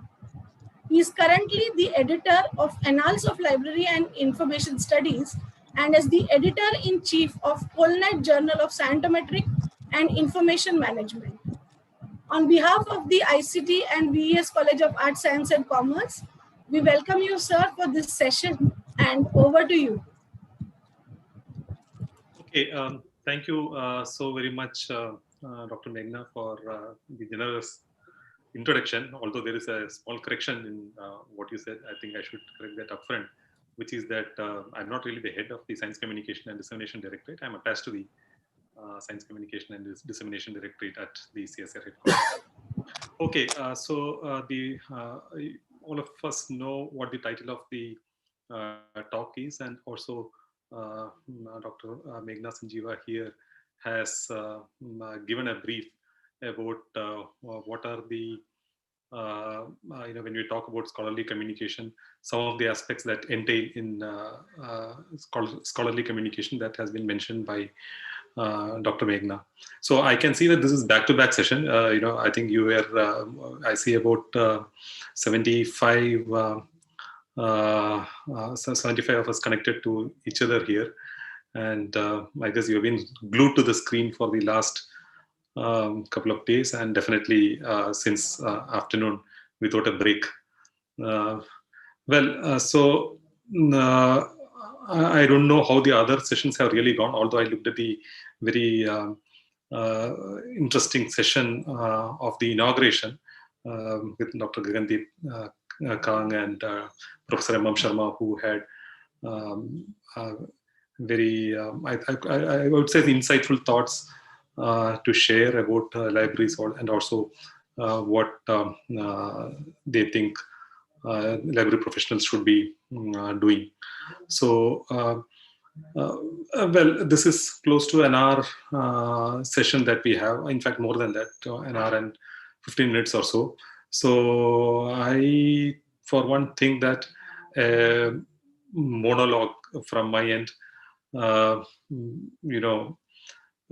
would get a bit monotonous. So what I'll suggest is that I can see the chat window here. So it will be more, I would prefer it this way, that you ask questions and, we try and answer that. I'm not saying that I will have answer to all your questions, but at least those that can on those questions that I can shed light, I would do that. So you can straight away start, or even as I just start with the presentation, as it comes to your mind, please share your questions. I think one of the very big benefits of the digital medium is that the chat window here, where you can just post your questions without really having to come on screen and asking. Because many times I myself, in many meetings or in many such lectures, sometimes think whether I should ask this question or not. Is it a relevant question? So there is a certain inhibitions for some of us. I'm not saying all of us, but for some of us, when it comes to asking questions verbally, but then I think the chat window, that is very beneficial. So I kept the chat window open. So please ask the questions as and when it pops into your head, so that that breaks the monotony. And also, it's good that we clarify any question, view, or opinion then and there. Okay, so with that, what I will do is, like probably what others have been doing, share my screen. I should, yeah, okay. So there we go. Yeah, I'm sure that my screen is visible to you now, because I have been reduced to a little box there. So yeah, so that is the title of the talk, about which there was some mention made in the introductory session as well. So we are going to talk about scholarly communications, and straight away let's jump into the topic. Now, when we talk about scholarly communications, I would equate that with journals. Okay, so sorry, yeah, so equate that with journals, because there can be other means of scholarly communications. For example, a presentation in a conference. When you make a presentation in a conference, that is also scholarly communication. But I think the most important medium of scholarly communication that has been there for a very, very long time is research journals. And I also believe that those of who are attending this today, interacting today, are would have in some way had some, if I should use the word, engagement with journals, maybe as editors, as reviewers, as authors, or if not anything, definitely as readers. And of course, since we are working in libraries, the very least is that we have been handling journals. So so is this chat window also available? Should I, or is it my presentation that is available? I kept the chat window open. Maybe I'll push it to the side. I don't know. I hope my chat window is not visible to you. I kept it on open on the screen. I hope only the PPT is visible. Okay, wonderful. So okay, so so, but then yeah. So we have been using scholarly journals, or as I was saying, we have been in some way associated with scholarly journals in one way or the other. So the opening remark, which is something that all of us know, which is that research journals is the most important and prevalent medium of scholarly communication, and there is, I think, no doubt in any of our minds about that. And it's also a medium that has been around for these many years, around 350 years. This medium has been around, and where people have been exchanging scholarly information, communicating research findings through research journals. So it's a very well-established, credible medium. And all of us know about a little history. I'm sure I did not explain it to this audience, but then by way of introduction, and just to be put things in perspective about the, when we talk about scholarly journals. Now, this is a medium that started, the first journal came into being in 1665. All of you would know that the Philosophical Transactions of the Royal Society came into being in 1665, and the journal Scavens the first two journals. And thereafter, there has been a growth of journals. It has been growing in the first initial decades, or even I would say the initial 100, 200 years, rather slowly. And then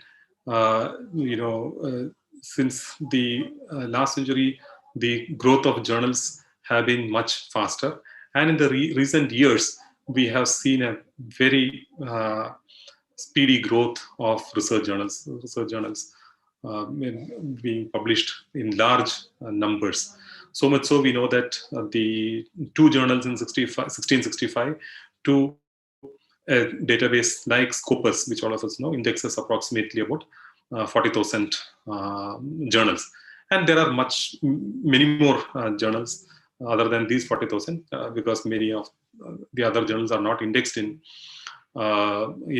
Scopus or any of or the other indexing citation indexing databases. Of course, you have other subject-specific bibliographic databases which would cover a larger number of journals. But then we can very safely say that we have around 40 to 50,000 journals, research journals. Although we are not including other kinds of serials, or also many of these mushrooming so-called predatory or questionable journals. We don't include that. If one were to include all those also, then the numbers would be much more. So we are talking about a large number of journals here, and today we are talking about the new dimensions, isn't it? So, which clearly means that there is something new happening in this space of scholarly communication and the medium of scholarly communication, which is the research journals that we are talking about. So when we talk about new dimensions, I would like to address these new dimensions at two levels. So what I mean by two levels is, one is the process of communication itself. So most of us, or many of us, would know, because I do not have a pulse on the audience, so maybe all of us have an understanding of the process of scholarly communication, which is, right from the research work that is done to its publication in a journal. Okay, so that we call, so it goes through a series of steps, isn't it? Right, beginning from the process of literature review, then doing the research, and then writing the research, submitting it to a journal, the peer review, and all that, and eventually publishing the article in a journal. So that is the process of communication. So in that, the process of communication, what are the developments, recent developments? That is one level. And the second is at the access of these research journals. This is something I'm sure which all of us would relate to,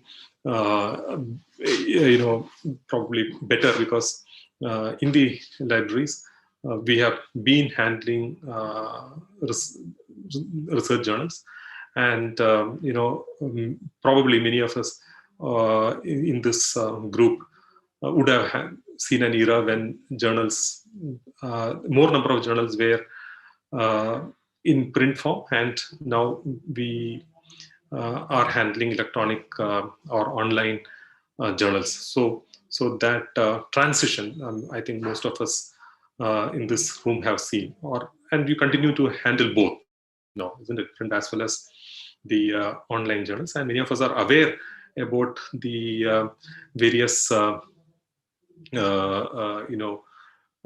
use the word, dimensions when it comes to subscription or licensing of these content. So there are some things happening there. So we will talk about that as well. So these are the two levels at which I'm going to talk to you.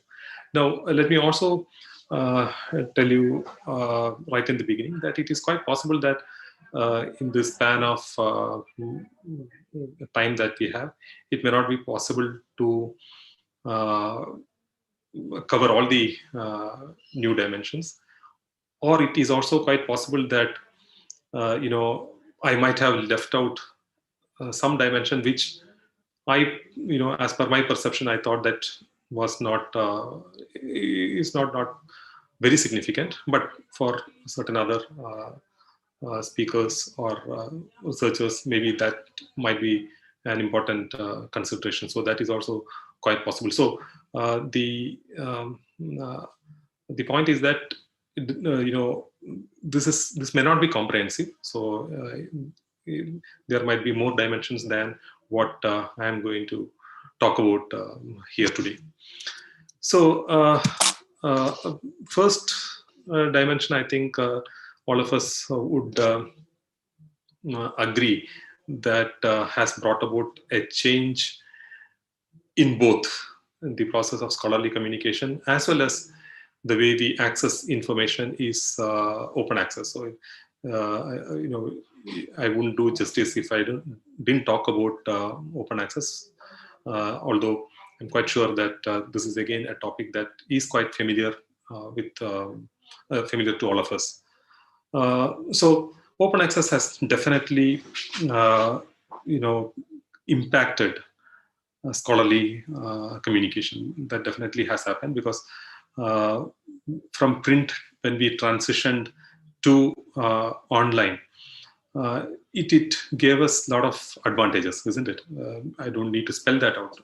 24/7 access and access from anywhere, concurrent access. So all those advantages have came into being when, or we began to experience those advantages when we moved from print to the online journals. And probably many of us, at least, we thought that when we move from print to online, maybe we would, it would bring down the cost of subscription, because previously we were subscribing to print journals at very high cost. We thought that when it comes to online, maybe the cost would come down because there is some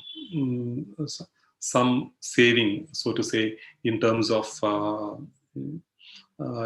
saving on print cost and distribution cost and all that. So we thought that the cost of access would come down, but on the contrary, all of us know today that there has not been much impact on the cost. In fact, if anything, the cost of access has only increased, which has gone on to become a barrier. So the serials crisis, which existed in the 70s and 80s, when institutions could not subscribe to content because of very high cost, that actually continued even in the print era, in the online era, with price being a barrier to access. So open access, as all of us know, came into being to overcome these barriers, the access barriers, and so in such a way that we have barrier-free access to information, access, and also I think use of this information.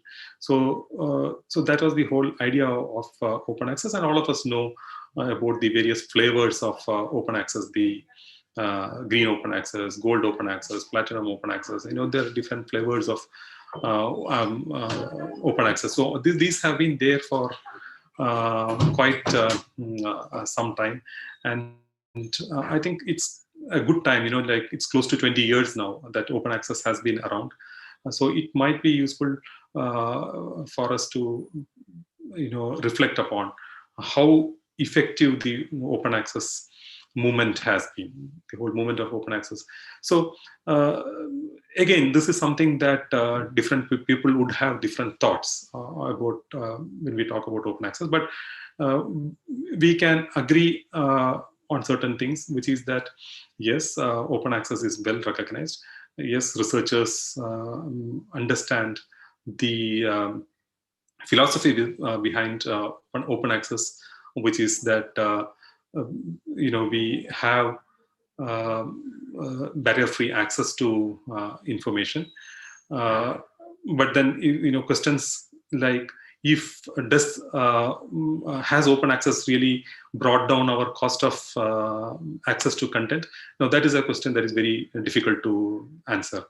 We really can't answer on those terms whether open access has succeeded in bringing down the cost of access, because there can be different viewpoints on that question. But then yes, open access is there to stay, and many of the publishers, the major publishers, as we know, also have flipped many of their journals to open access, and are innovating and coming up with models newer models are coming up.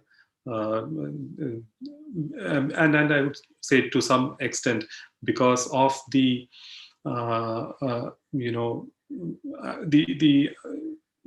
we could say it's an impact that the open access movement has had, which has kind of I would I could say the word forced, or has actually motivated the publishers to come up with newer and newer models, which we will talk about. And the most recent, as many of us have been listening to or hearing from the media mostly, is about the planners that is being talked about. And probably again, all of us are aware about what planners is. So the idea is that in a few years, we have all the content available in open access. Of course, this has evolved from the European Union. So there is a coalition, yes, that is driving this initiative. And we would see in the coming decade there would be a lot more developments, I would call, on this, and we can see more and more research outputs. It can be research papers, it can be the research data being available in open access in more than one ways. It could be publishing in research journals which are open access. It could be through repositories, the archives, or it could be through other platforms that are now emerging for researchers, where they can communicate their research findings. So I think if we have to talk about scholarly communication, open access certainly has played a big role in, and I think the COVID times is also we would see in the last few months that lots of research papers, COVID-related research papers, are first being published in repositories. So the idea is that if we need to find a cure, if there needs to be more and more research, then the research outcomes also should be available in open access, and repositories are one of the best ways. And in fact, many of the publishers have also made it a policy to have the COVID-related research papers in open access. So there are all these different what I'll call dimensions of open access, different tools, and also the policies and the understanding, most importantly, that open access can helps furthering research. So and I'm sure that in the coming decade we will see more and more content available in open access. The next one that I would touch upon is transformative agreements. I think this is again something that is important from the library point of view, which is also mentioned in the transformative in the planners implementation. So you could visit the Coalition-S website, which gives detailed information, and one of which, when they talk about implementation, is the transformative agreements. So again, my belief is that there would be many in this group who handle license agreements, either as part of institution or as a part of some consortium.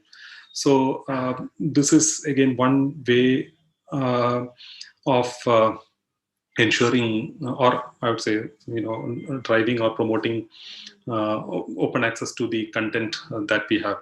Because so far, the way we have been dealing with license agreements is basically having a read-only agreement, isn't it? You sign an agreement, and we have access to that content with whatever conditions for a limited period of time. Typically, that is how it works, isn't it? We enter, with different publishers, we have different kinds of agreements. We mutually agree, and generally these are read-only agreements. So we pay an X amount of money, and for a certain duration, agreed duration, we have access to that content. And of course, you have all those termination clause, and whether you will have access to those terminated content, and all those things are built into the agreement. Now, what institutions or countries are talking about is the transformative agreements, where this is also read and publish agreements. So there are clauses put in place in the agreement where we as has been the normal practice, we have access to the content, but in addition to the access to the content, we also ensure that the content of our own institution is published in open access, available in open access in those publishers' journals. So there are many institutions in Germany and other countries who have signed transformative agreements, wherein the content published by these institutions are available in access, in open access, for anyone anywhere to have access. So this is the kind of agreement I think we in India also should be now looking at. And to my knowledge, I'm not aware about any instance of transformative agreements signed by an institution or a consortium in the country. But going forward, I think we should explore. Of course, this would have other considerations. This would have cost considerations, but maybe institutions that start early on this might get that advantage and can negotiate good prices, or if not, not only prices, maybe there will be publishers who are willing to go that extra mile to help institutions put in transformative agreements in place. That way, you have both access as well as ensure that the content that we publish, that the institution publish, is available in open access. Available in open access. Yeah. So that is the second dimension I thought I should talk about. I just put in this because I'm sure many of you might have been hearing about this, for now, I would call it a slogan. One nation, one subscription is something that is being talked about, discussed about a lot. So again, as libraries and library professionals in libraries, we should be looking at this closely, what this means and what it means to the libraries that we belong to. So as can be easily guessed, so one nation, one subscription means that we have one subscription for the entire nation and access to all the institutions in the country, rather than individual libraries or the consortium. So this seems to be a natural progression, isn't it? Initially, it was individual libraries that were subscribing to or licensing resources. Then we had consortia or group of institutions coming together and licensing content. And now we are talking about a step further ahead, where we are talking about the country as a whole, enabling access for all the institutions and maybe to every citizen in the country, when that is being talked about.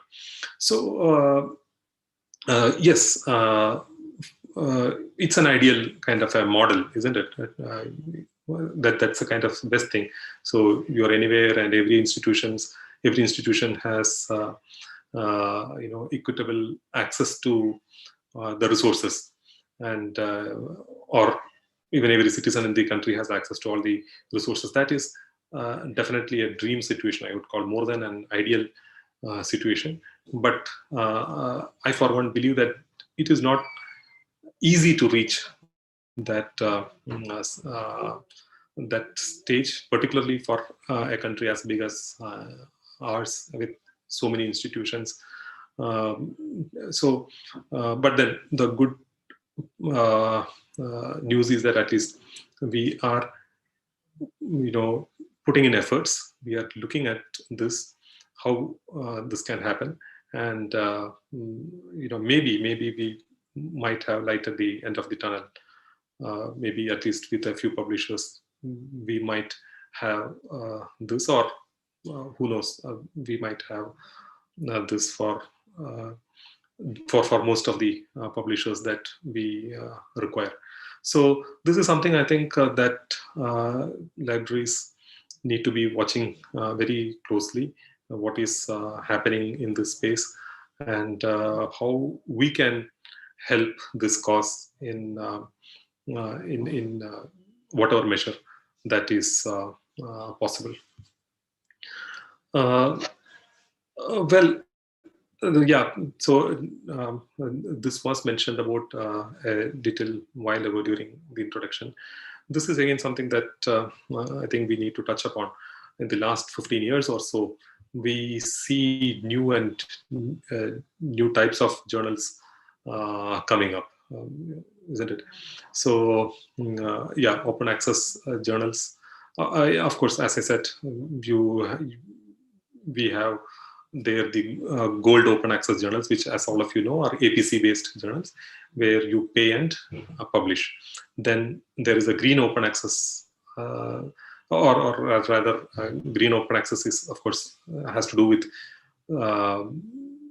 depositing papers in the repositories, but then we could call it platinum open access, where neither the author nor the institution need to pay. There is no payment involved. Unlike gold, where the author pays for publication, in the platinum open access, there is no publication involved in, and no publication fee involved in at either end.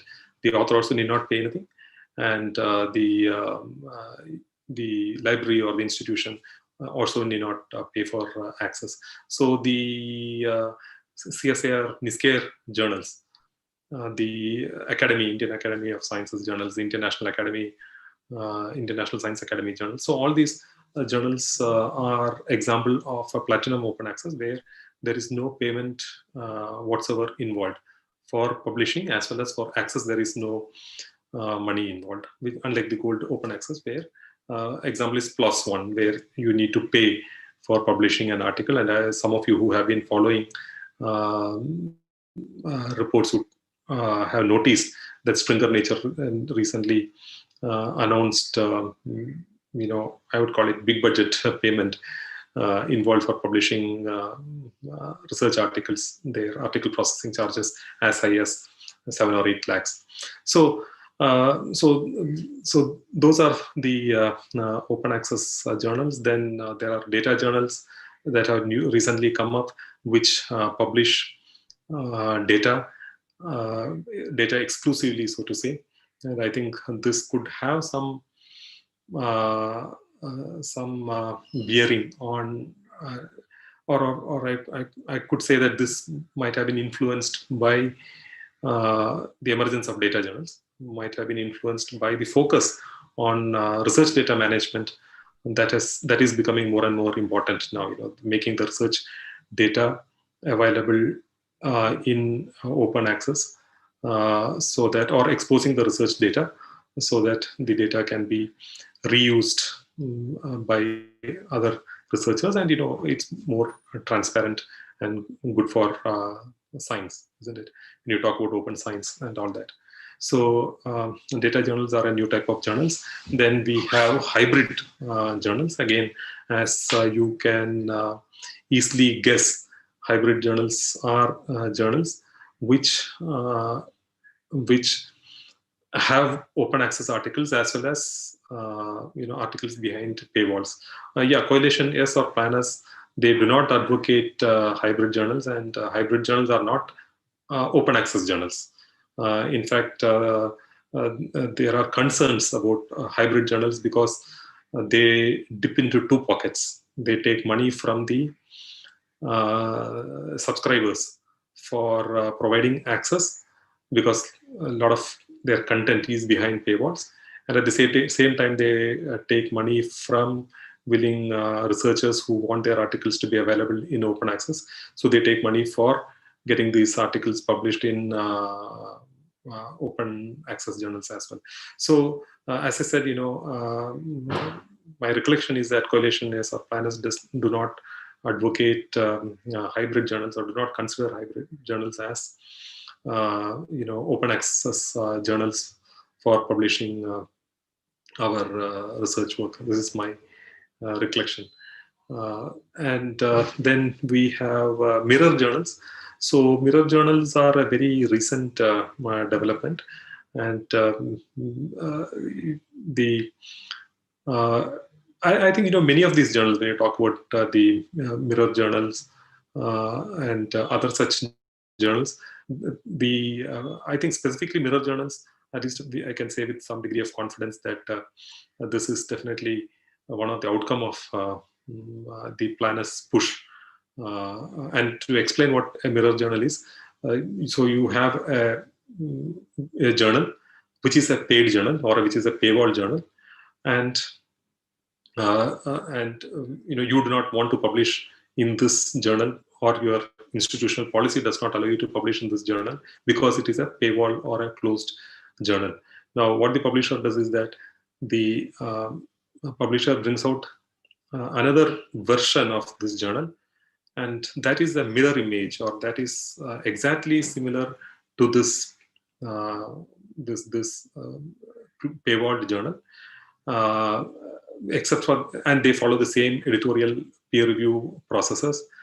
The mirror journal has the same identical editorial board. Everything about the two journals are identical.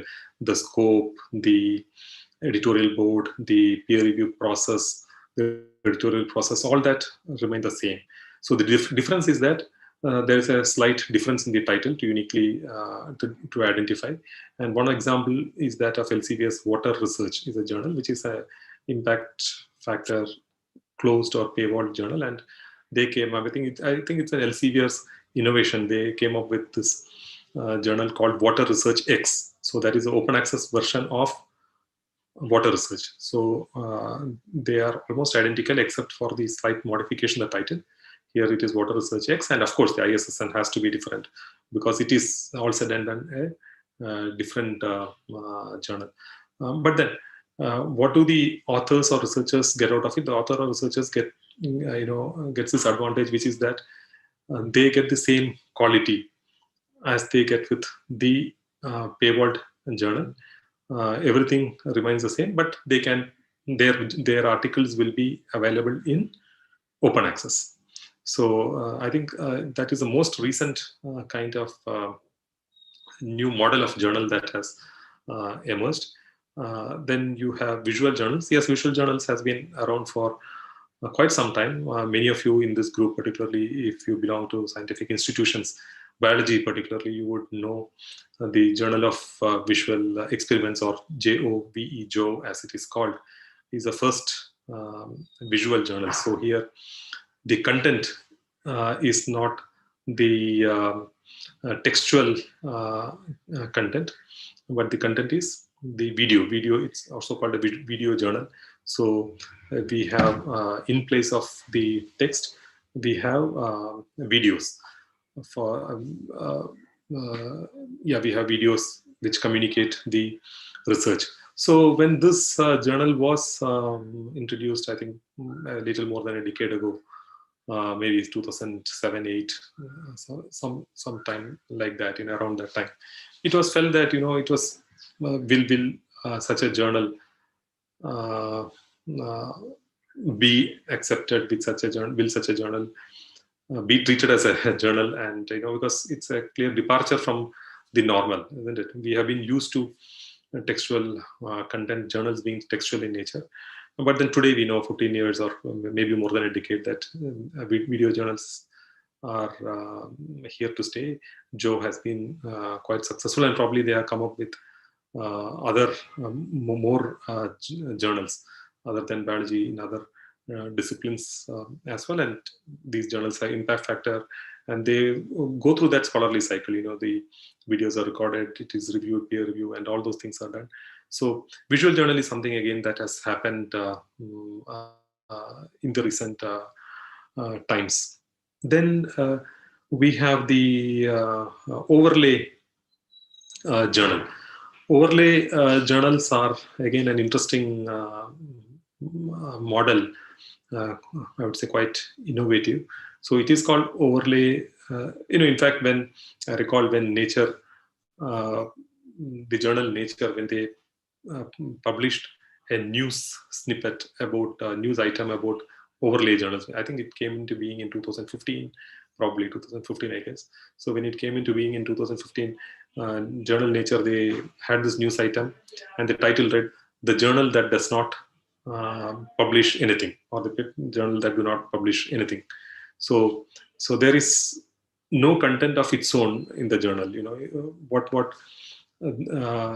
Which means that the journal does not solicit or invite articles from authors directly, or an author cannot submit an article to the journal.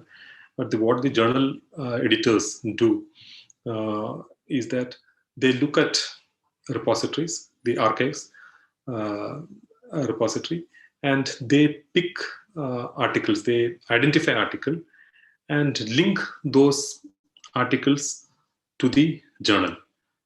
Okay, so which means the actual article is in the repository, and the journal basically links the article, links the article in the repository to the journal. Okay, or in a sense, so the journal is overlaying on the content that is there in the repository. So that is why it is called overlay journal.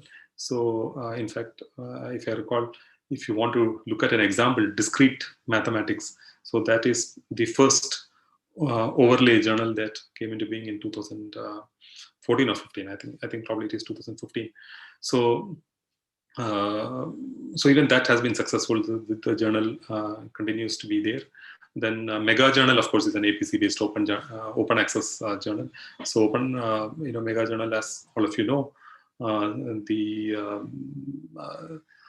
PLOS One is an example of a Mega Journal, where a journal that publishes a large number of articles. Okay, so this is again an interesting innovation in the sense that we have typically known, isn't it, journals being a serial publication. So you have volume number, you have issue number, you have a regular frequency, and so on and so forth. So here, and of course, we know that a print journal has, when journals were in print, there was a limitation on the number of pages. You know that a journal cannot, look like an encyclopedia. It cannot be. So there are, maybe a journal would publish something like, say, maybe find at best 150 articles, 200, 300, or 400 articles in a year, depending on whether they are monthly, quarterly, half-yearly, or depending on the frequency of the journal. That is probably as many articles that a typical journal can publish in a year. So if you take a monthly journal and say this monthly journal publishes about 20 articles in a month. So we are looking at something like 250 articles in a year that can be published by a journal, 250 or say even 300 articles in a year by a journal, if it's a fortnightly journal like the Current Science. So maybe it might be a little more. But when we are talking about mega journal, what we are talking about, a journal that publishes something like 25,000 articles in a year. So that was something that is unthinkable. 25 to 30,000 articles in a year is something that was unthinkable 20 years ago. But now that is happening, and we see, there are many mega journals. I just took the example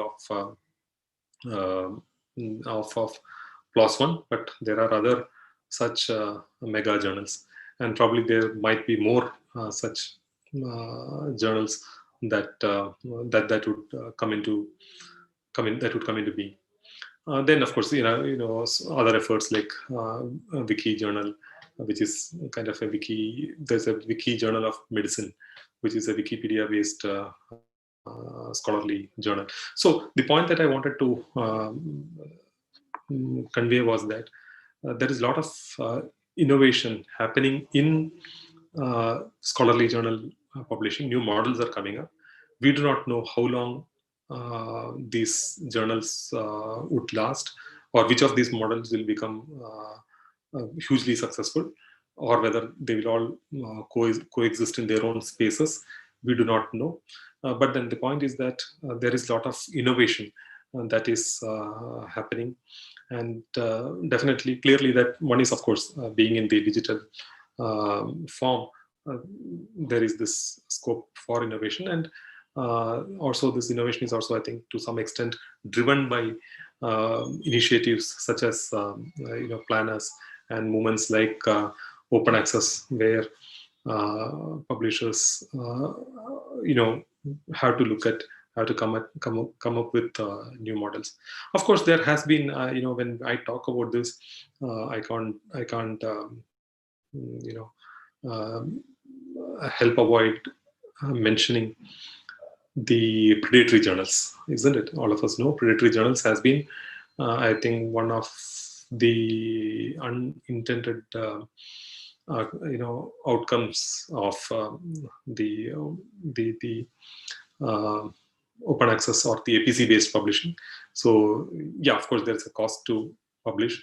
So APC is okay, but then we know there are some operators who, with scant respect for editorial processes, for peer review processes, are publishing journals with the objective to just collect money from researchers. Maybe many of them are unsuspecting researchers.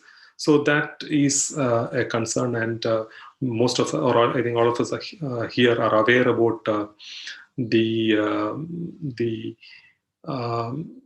problems or the concern that such journals are causing. And of course, all of us are also aware of initiatives being taken by bodies such as UGC, if not to check, but at least to make researchers aware about such journals, and also for researchers to exercise caution when they submit a paper for publishing.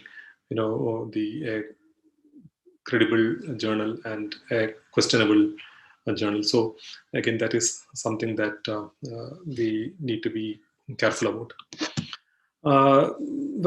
Research data management is also something that is becoming very important now. Maybe someone has already spoken about this. If I recall correctly, probably it is there.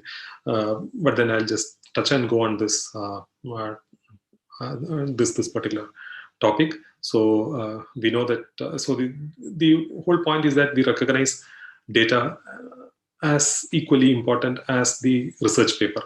So for a long time, we have been giving a lot of importance to research papers, isn't it?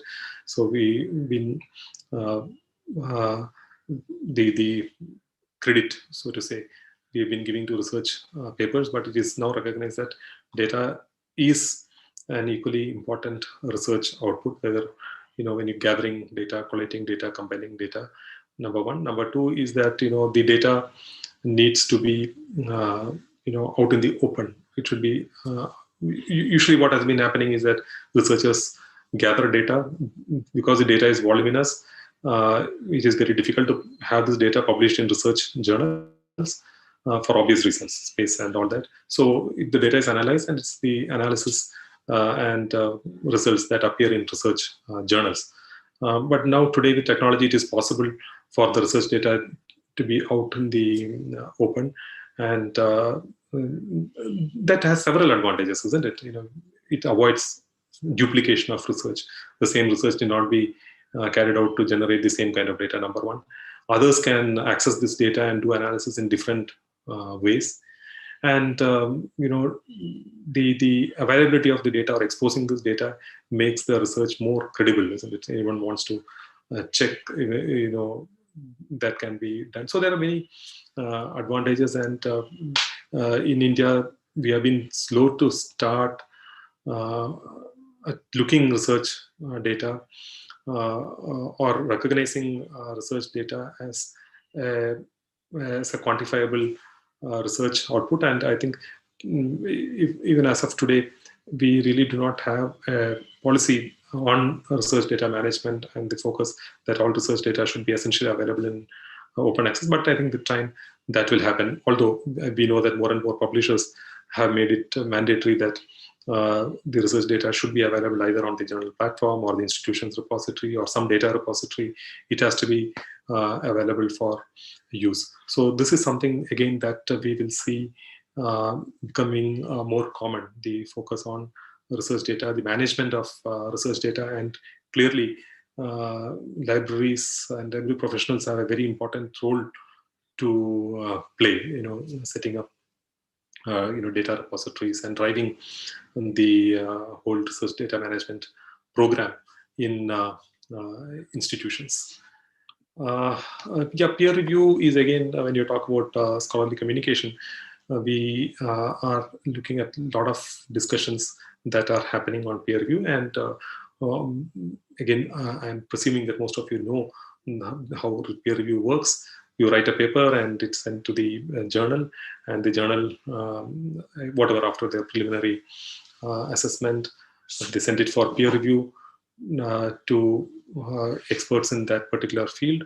And typically there are two types of peer review, which is single blind peer review, and the other is a double blind peer review. So in the single blind peer review, the reviewer would know who the author is. So the author's name is not removed.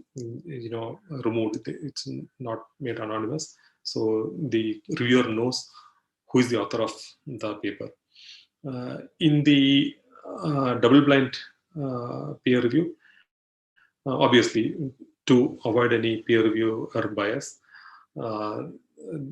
at either ends, the individual behind the authoring and the and reviewing is not known. So it is done anonymously. So the author submits the paper, and the author's name is not there anywhere on the manuscript, and the reviewer does not know who the author is, and that way you bring in some degree of objectivity into the peer review system.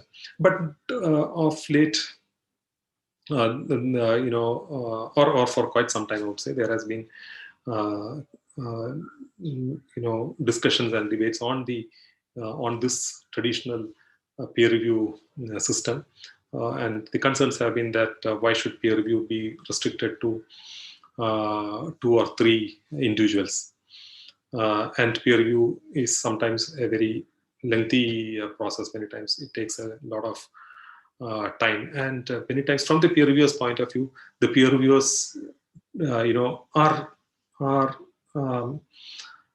not, I would say, we could call it rewarded. They do not get any credit for the intellectual effort that they put in. After all, peer review is an intellectual process, isn't it? You need to spend quality time for review, and then that is not recognized, that effort or the time spent is not counted. So so there has been discussions, and there is discussion going on this, on how to recognize the peer review process, and also whether this 2 or 3% peer review is good enough. So there are some developments happening in that space too, and I'm sure that many of you would have heard about the open review, where you make the peer review open. So you get the article, put it out, and let anyone review that, give their comments. So so this is also being an important important, if I can call that, a part of the, if we call the scholarly publishing as a system, then peer review is a very important subsystem. So there are some debates and innovations happening in this space as well. As well, I did mention about recognizing peer reviewers. So there are platforms today where journal platforms that recognize that is aimed at recognizing peer reviewer contribution. So if you're a peer reviewer, you say that yes, you have peer reviewed such manuscripts in this area or whatever, and that way the peer reviewer also gets recognized. Publons, for example, is one particular tool that or platform that is focused on the peer review system, or for peer reviews rather. Yes, this is again something that has been happening of late.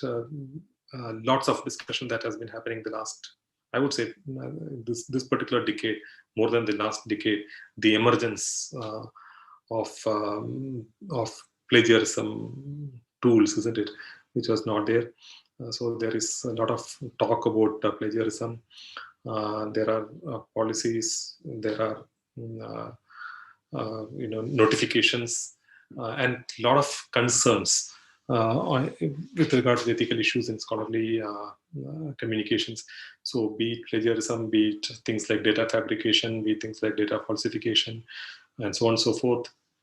So there are tools, and again, that is something that is debatable.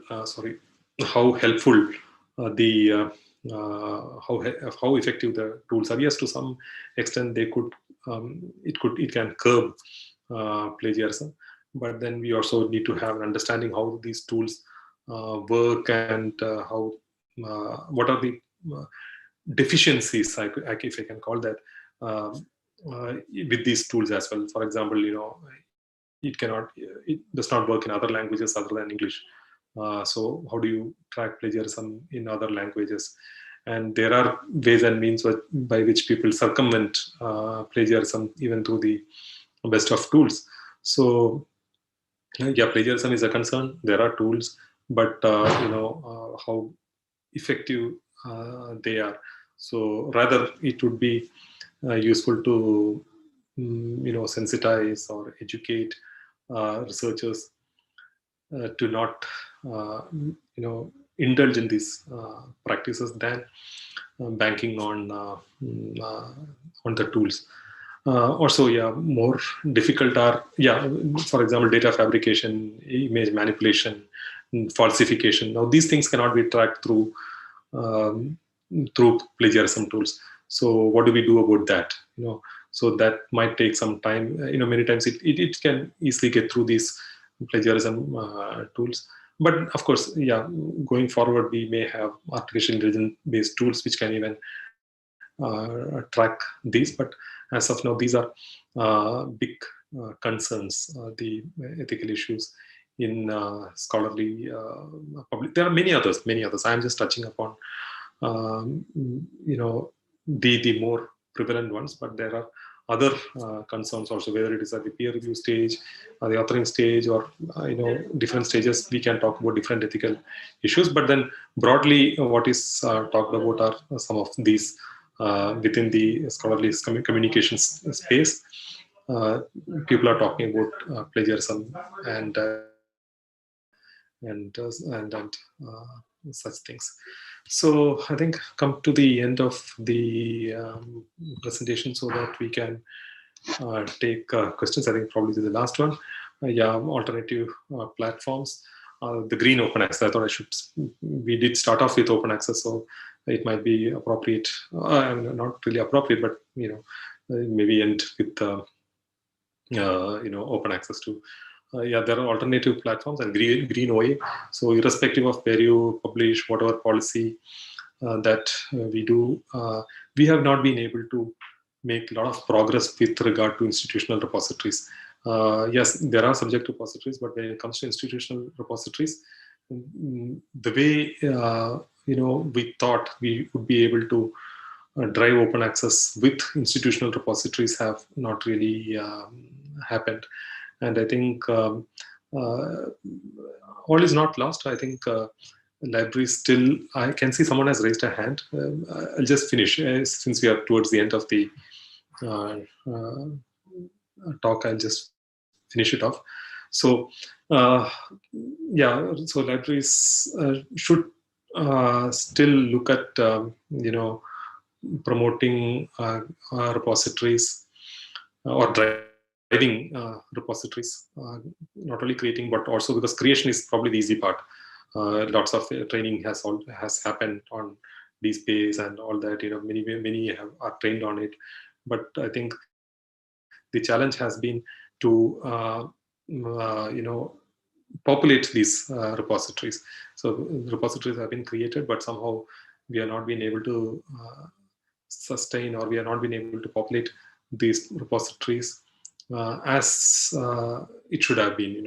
So there is a lot of content missing in these repositories in institutions. They're created, but either they're patchy when it comes to populating, or it has stopped after a period of time. Also, there are other alternative platforms. If many of you may know, Faculty of 1000 or F1000 as it is called, is a platform where you can submit your papers and it is immediately published, and then peer review goes on. So there are some alternative platforms which are other than scholarly journals, on which through which the research can be communicated. Yeah, so I think identifiers also. We also have seen the emergence of identifiers, whether it is the digital object identifier at the level of articles. So we are looking, obviously that was required for when you talk about journals like PLOS ONE, which keeps adding articles regularly. Over a period of time, I'm sure that in the years to come, maybe the volume number, issue number, the frequency of the journal that would lose relevance. The articles would keep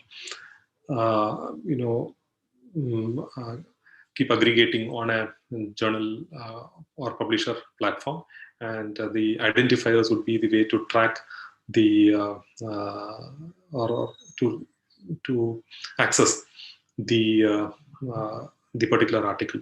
So at the article level, we have digital object identifiers, and at the individual level, we have seen the emergence of identifiers, like ORCID and several other identifiers. So this is again something that is happening in the scholarly communication space. Metrics also, maybe a minute on this. In fact, if you recall, those of you attended I think most of you would have attended the inauguration where Dr. Gagandeep Kang was there. So she did mention about the metrics, and I think we know how the metric is being used, or even to some degree being abused.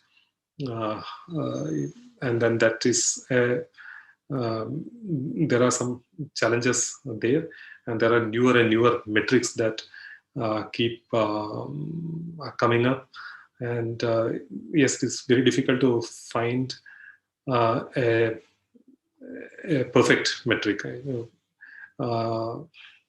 Maybe there should be a composite metric, but then it is useful. So with that, I will maybe stop here, and if I can read that, someone is Aman Dani Ma is asking, "Kaun hai ye Gada?" Is it Gada, right?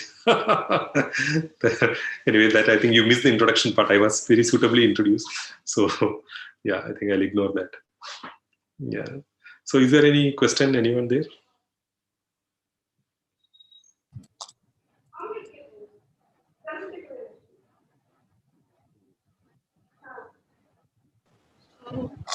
Sir, can we take one or two questions? Sure, please go ahead. Yeah. I'm up for it, yeah. So one of the question is how ethical issues will be considered in fair use policy. How ethical issues will be considered in fair use policy? I don't know, when you talk about fair use policy, are you talking about fair use policy with respect to the copyright? Maybe it is spoken about in the context of copyright, where the fair use clause is probably what is being talked about. So I think the fair use clause is there in the Copyright Act as to to have the ethics angle in it, because so that you are ethically able to use the content. Okay, so when you're photocopying a work that is not for commercial work and that is for educational purposes or distribution to the students. So ethics is is automatically inbuilt into it. The fair use clause is there so that you can ethically use a resource. I think that is what is being asked, and I hope, yeah, that would be my answer. Is there any other question? Yeah. Sir, I had a question. Yeah. Yeah. Okay. Is this what you have given here for overlay journals? Yes. Okay. For overlay journals, does the article have to be in subject repositories, or even institutional repository is allowed? See, for now, this particular example that I was talking about is picking articles from the archives repository. Okay, so tomorrow if someone is going to start an overlay journal, then this overlay journal can come from you have a journal and you have a repository, and from these repositories select articles are linked to this particular journal. Okay, so it depends on the repository that we are choosing. So it can be in this example that I was talking about, it is a subject repository. Okay, so if you are going to base it on an institutional repository, then that journal, that overlay journal will actually be having articles of only one institution, right? So generally or typically an overlay journal should take articles from subject repository, or it can take from multiple repositories. I am not aware of an example of an overlay journal where it takes from multiple repositories. In that particular case, the case of discrete mathematics that I was talking about, it is taking from one particular repository. But then it clearly, there is an opportunity where articles can be linked from multiple repositories. And your second follow-up question was that how does the researcher communicate to the journal about his or her journal? Yeah, here there is no communication happening. So the article is published in the repository. Okay, so I published the article in the repository, and then the journal they go through all the submissions in the repository, and then link the articles that they think are how do I say, are useful, or it is their decision or their wisdom on which are the articles they want to link it. It could be as per their policy, the scope of the journal, or other criteria, the value that they attribute to that article, and they link that. So here the researcher cannot communicate to that journal, but the journal picks up the article from the repository. It is quite possible that I do not know the exact workflow, but it is quite possible that the journal later would tell the author to revise or edit the article the way they want. So that, yeah, I'm not very sure about that. Yeah. Any other question?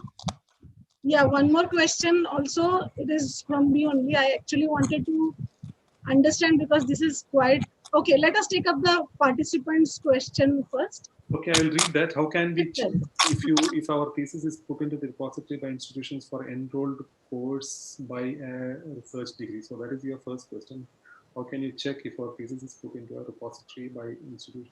See, think one is that these days it has become mandatory probably that the thesis is if the PhD thesis is deposited in the Shodhganga repository, isn't it? So if it is deposited in the Shodhganga repository, then all you need to do is go to Shodhganga and search and to locate the repository. And I guess also some universities have created their own repositories where the thesis is deposited. So you need to go to these, repositories and look for it. The second part of your question is, if not, is it late to submit thesis after a few years of completion? Yes, I think many universities are, digitizing their, collection of thesis and depositing it in the repository. So I think institutions have their own, policy, how they do it, to which year they are going back, and yeah. But then if you ask the question, is it late to submit a thesis after a few years? I'm not sure, because if the thesis should already be there in the institution. Thesis is, as we know, when you complete a thesis, it has to be copies of that has to be submitted in the institution.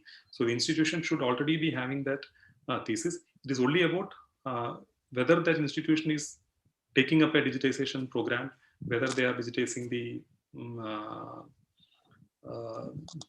thesis, and so you should get in touch with the institution where you did your PhD and check with them. Yeah, that will be my answer. Yeah, what was your question? Yes, so my question was regarding hybrid journals. Yeah. In an attempt to make the content open, in fact, with the APCs that are being charged by publishers, I really don't know whether the model is becoming open or it is, kind of still creating a pressure on the researchers, especially from developing countries like ours, with respect to this. And when we then talk about policies for open access from funders, and if there are these huge APCs, then I think again we keep on struggling. So how do you, what do you feel about this? And again, the double dipping, of course. Correct. Yeah, I agree with you, because we are talking about two cases here. One is the APC journal like PLOS One, okay, which is a clearly or a Sprinter Nature, So we are talking about clearly, the APC based journals. So there is no, usually, it is very clear that it is an open access journal. The journal is open access, and the model is that you pay and have the paper published. The concern has been with the hybrid journal. With hybrid journal, they are not really open access. All their articles are not in open access. So which means that institutions have to subscribe to that journal. But at the same time, they have this policy that if a particular author wants their article to be open access, the author can pay, and that particular article will be available in open access. So, so that journal, as I was saying, even the coalition does not support the hybrid journal, because hybrid journals actually follow this double dipping thing. Both, because they take money from both the sources, from the publisher as well as from the author, which is a cause of concern. Yeah, there's nothing much that we can do about it. Yeah, is there anything else? Any other question? I think, sir, you mentioned the Jovi video journal. So researchers can contribute to this journal as why do they actually video their? I think you need to repeat. I just got distracted. Yeah, you need to repeat again. Okay, am I audible? You are audible, but not very clear. Not very clear, yeah. Story journal, which you mentioned, it's a video. Just 1 second, I'll use my microphone.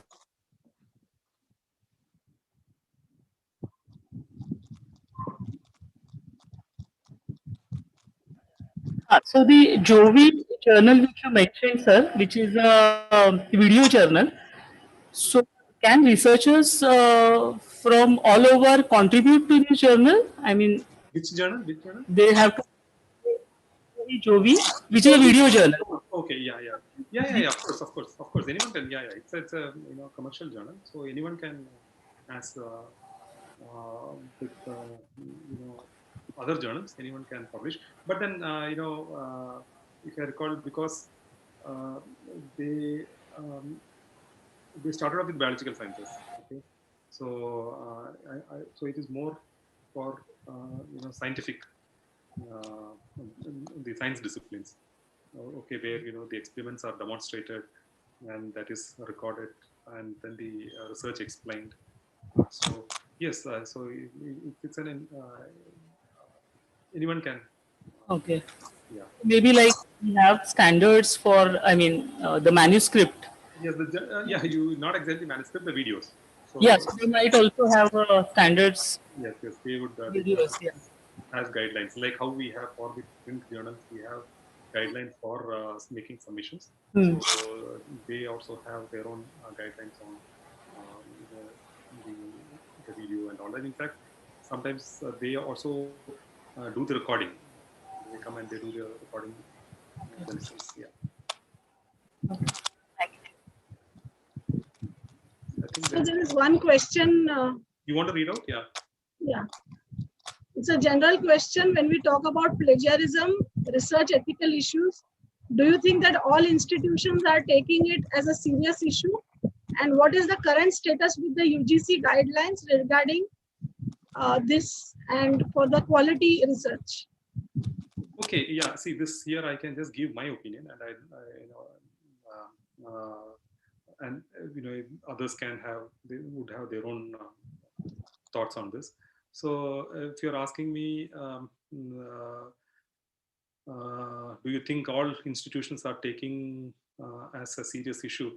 Yes, I think every institution will take it as a serious issue, because no one will want any unethical practice followed in their academic or research endeavors. So clearly there is no doubt in my mind about it, irrespective of the kind of institution, big, small, or whatever.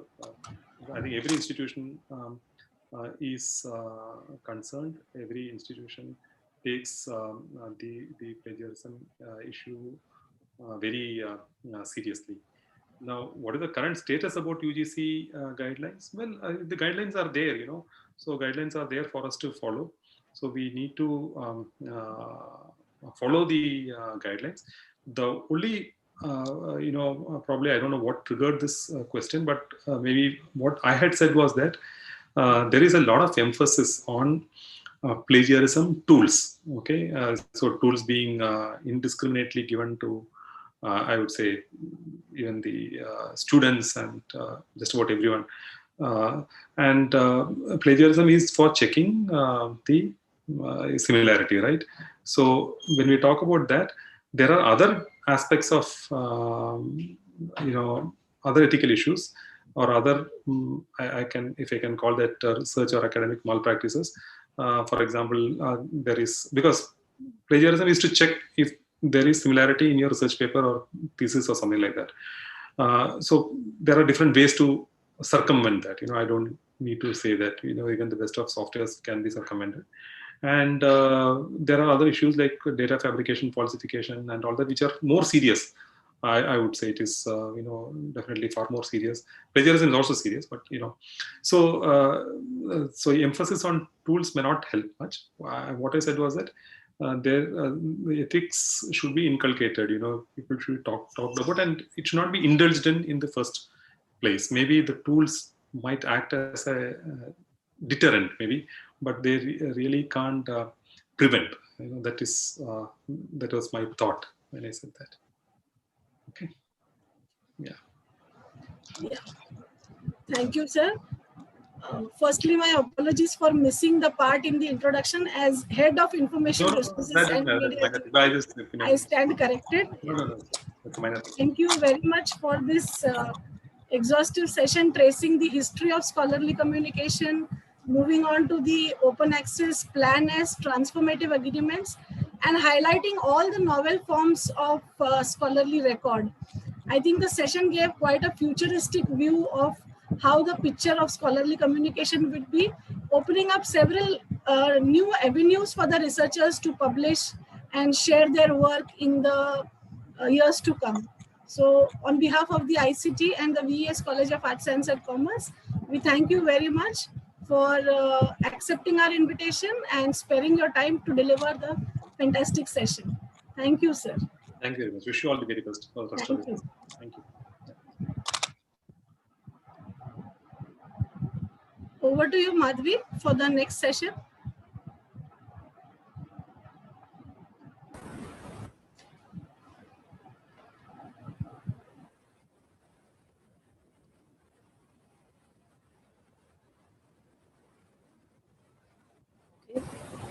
Now we move on to our last concluding session,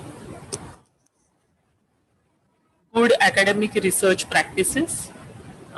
This session would be kind of a finishing touch for our whole Shodhyatra program, where Dr. Subhashri, who is the Senior Consultant Life Science Scientific Research and Drug Discovery Translation Science at Clarivate Analytics, will discuss with us the good practices that a researcher needs to follow for quality research. The University Grants Commission, UGC, in its commitment in raising the standards of research at institutes of higher education in India, has come out with a guidance document on good academic and research practices. This document reiterates the value underlying research integrity to help create a culture of responsible and quality research in academic and research community. The guidance will help prepare the Indian academic research community to be at par with international benchmarks for research quality, integrity, and excellence. Dr. Subhashri has met you all in the previous practical session on choice publication avenues. And so you all are already been introduced to her once. I'm not introducing her again, but here I would like to highlight that Dr. Subhashri is one of the major contributor of the UGC guidance document on good academic and research practices, and hence one of the most apt person for this session.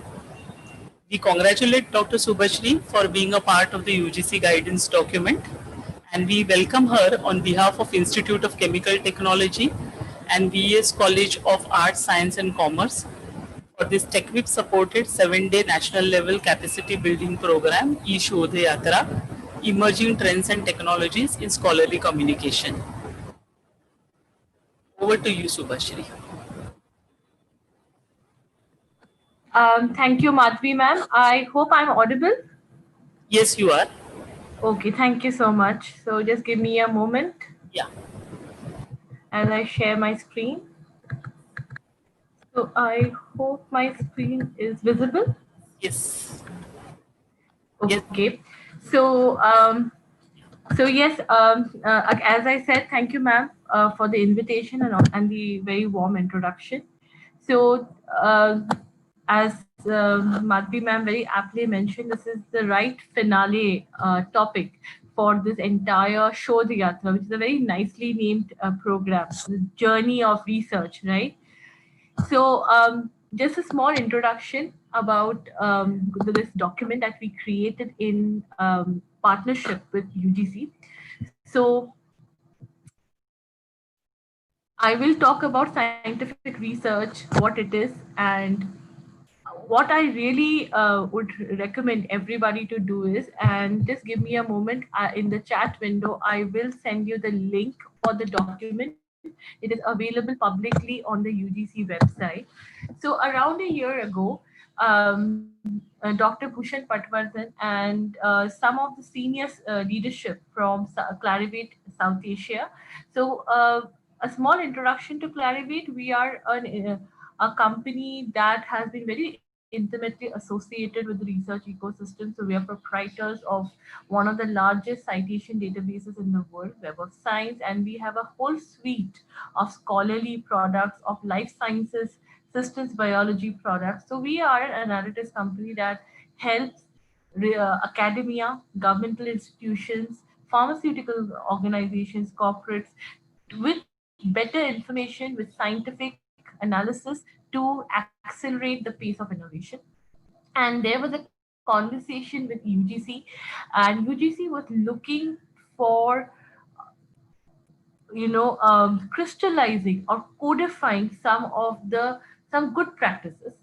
So in 2019 we had a round table with several experts, which included the previous heads of UGC. We had heads from NAC and other accreditation bodies, senior stakeholders from some of the biggest universities in India, and the consensus was that one, we should come up with a document, but UGC cannot play the police here. So the document that we have come up is a guidance. That's why the very important, rider or a caveat is these are guidelines and guidance. End of the day, it is up to the scientific researcher themselves to implement good research practices. We try to explain in the document why these practices are important, and also try to give some recommendations, especially to a research organization, that what must be done. One of the biggest issues in the entire research ecosystem in India, the academic research ecosystem. So please note, these are good academic research practices. Most corporate organizations which conduct research. So when I'm talking about corporate organization, let's talk about a pharmaceutical company. Typically there are a lot of inbuilt checks and balances, which ensure the quality of research coming in. Not to say that there is no problematic research happening at that end also, but there are usually a lot of checks and balances. Of if you're a pharma company, you have to submit your data to the regulatory agencies like FDA. So there will be a check and balance over there also. So we are these practices, when we talk about these recommendations, we are talking in terms of academia. And the biggest problem is that in India, what we are noticing is that there are some organizations which have a system whereby there is a scrutiny of the research done at the institutional level, at the, before dissemination of any manuscript of any data. There will be a scrutiny done at the lab level, departmental level, institution level, whereas there are certain organizations where there is no such culture. So what we are trying to do through this document is give you a boilerplate or very basic broad guidelines, and this is what that needs to be done at the minimum. These are some of the recommendations. And how have we come with these recommendations? We have come with these recommendations based on our own experiences as researchers. We have come across these we have formulated these recommendations based on our understanding, our study of the globally accepted best practices across institutions in the globally, based on certain research integrity documentation that has come up through by different bodies. So this document tries to give you first an overview of what are some of the principles that are followed globally. It gives you a list of documents that you can access. We give you links that you can access, so you can look at what is happening in the world. And then we have distilled that information and tried to create a set of guidelines that we think will work well in the Indian ecosystem. And one of the biggest recommendations, and this is in line with our discussions with the expert committee. So we had some very senior people reviewing this document for us. We had Dr. Marshalkar, the previous head at CSIR. We had Dr. Gagandeep Kang, who was the keynote speaker for the Shodhyatra. Dr. Anil Sahasrabuddhe, they actually worked as reviewers. So they reviewed and gave suggestions for this document. This document was primarily written by Dr. Anand Desai from Clarivate. He's our research policy advisor global. He's based out of the United States. He has been a professor emeritus of public policy at Ohio State University, and also was a part of the National Science Foundation, which is one of the biggest granting bodies in the world. We also had our senior director, Anamika Chaurasia, who actually conceptualized this entire exercise. And uh, I was also, so we had three of us who were the major uh, writers, I would say. We did the legwork, and then our work was, went through several rounds of reviews and discussions with some of the most senior faculty and researchers in India, which include Dr. Bhatnagar, who's the Vice Chancellor, and a Shanti Swarup Awardee from Banaras Hindu University. We had Dr. Bhushan Patwardhan, the VC, Vice Chairman of UGC, and several of the major stakeholders who contributed both intellectually as well as physically to the development of this document. So it is our perspective. And we have tried to create this document taking, so when we talk about scientific research, I know I'll be using the term scientific research a lot in this presentation, but by no means this document is, just presents you the perspective of research from the sciences, I mean the hard sciences. In fact, Dr. Anand Desai comes from a social sciences background, social science and statistics and public policy background. I come from a pharmaceutical sciences biology background.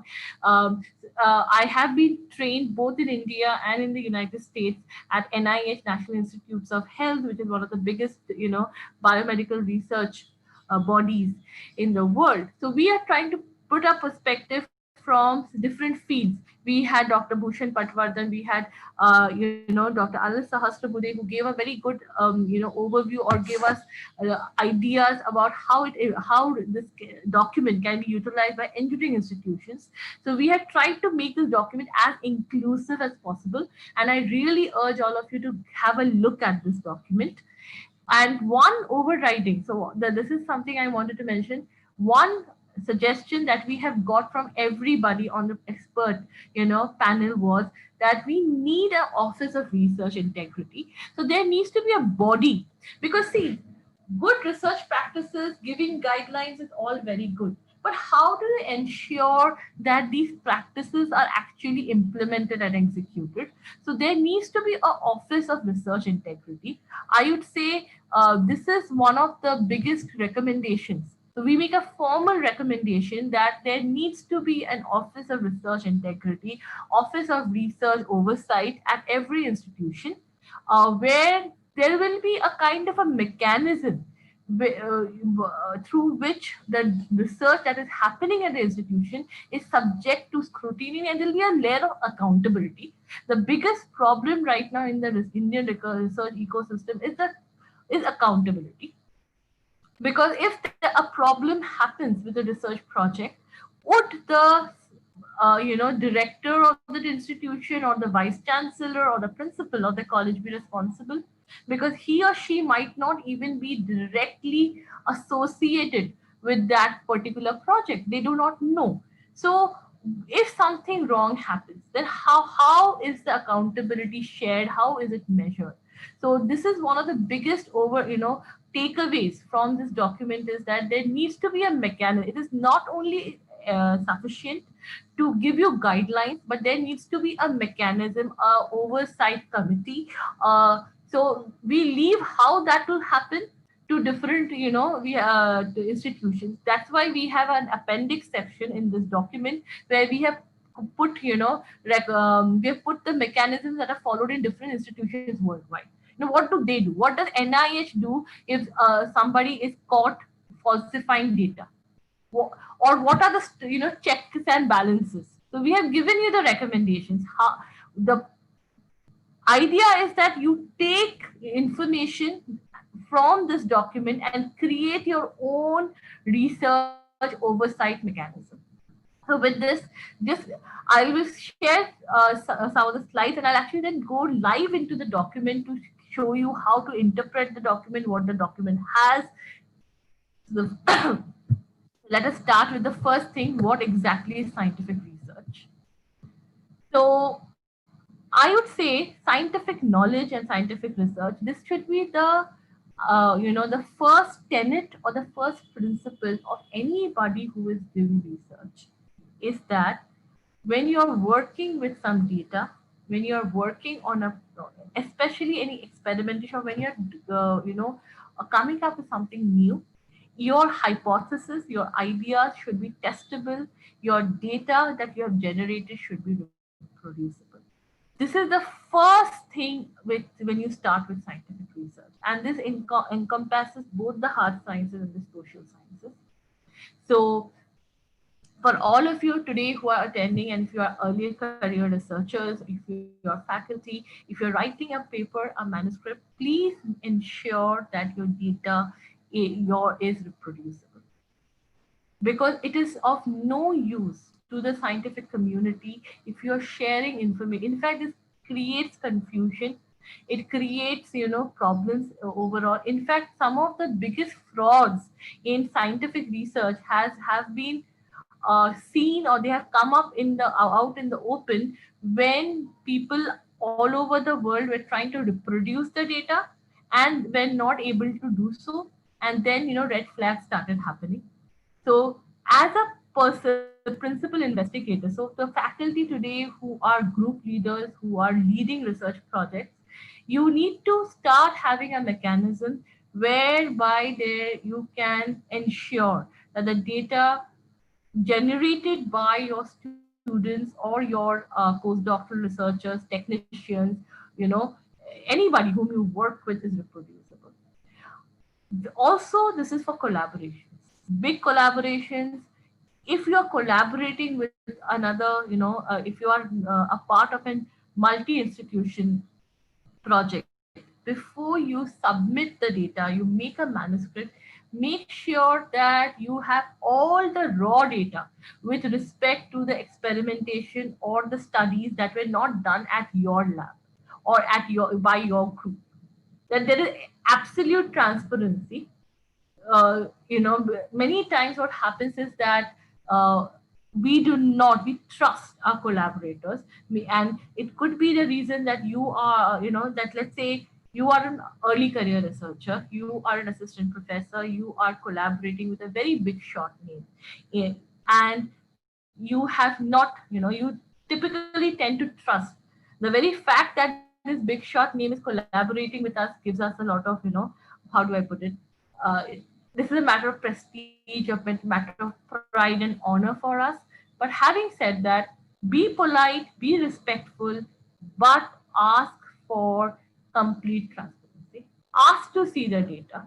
If you have any issues, if you are not convinced about how a study was done, how, let's say, a primary survey was done in the social sciences area, the questionnaire that was used was not correct, or you see that whatever responses that you are getting, you find somewhere, your gut feeling tells you something is wrong. Pause, ask questions. It is much better to ask questions at this point rather than completing the project, submitting a manuscript, and then having to retract it or there being problems. Again, scientific knowledge is public. It has to be open to institutionalized criticism. Many institutions all over the world, one way that they ensure success in the grant proposals, or even in the manuscript submission, the more acceptance by high quality journals, is that they have a institutionalized criticism. That is, if you I have a group of two, if I have a group who has produced the data, published, created a document, a manuscript for publication. Before sharing it, it goes to the Office of Research, which sends to other people with similar research interests, with similar expertise within the institution, for a round of, for a fresh pair of eyes to evaluate. So it has to be open. Scientific knowledge is public, is open to institutional criticism. So in this case, this is a broader statement. But as a research institution, you can have this mechanism whereby there is a round of checking before a manuscript or a grant proposal goes out. Scientific knowledge, as I said, it has to be cooperative and collaborative. This is a document that I was talking about, the Good Academic Research Practices, that came up in September 2020. And these are the contributing authors. And I have already talked about Clarivate. We were the knowledge partners. So we were the ones who actually conceptualized and wrote the document, of course, with a lot of inputs and, suggestions, reviews by some of the, you know, um, very knowledgeable or senior stakeholders in the Indian research system. Uh, I have already talked about Clarivate. You must know us through Web of Science, through EndNote, through Scholar One. There are several products that researchers across the platform, use, which are from Clarivate. You might not know that about the company Clarivate, but I'm sure in some way or the other, you must have used a solution provided by Clarivate. So our platforms actually enable researchers bring their ideas to life. So as I said, what exactly was the objective and what exactly is a GRP? It is a collective self-regulating instrument. Please remember, at the end of the day, UGC was very clear. They don't want to start up as a, they don't want to police research. UGC has already burnt its fingers, so as to say, when they started with the guidelines that a minimum of, a certain number of papers, a minimum number of papers were required for graduating. And one of the, comments from the expert panel was that this actually led to the entire predatory journal upsurge in India, the entire change in research landscape, because there were several researchers who were feeling pressurized to publish, and as a result, they decided to publish junk research, which did nobody good. Right. So here the idea was that we will not. This is not something which has a legal scope. This is just um, a guidance document, and it has to be a self-regulating instrument. You, as a researcher, as an institution, need to regulate yourself. So there's a sets of actions, recommendations, and commitments for research practice.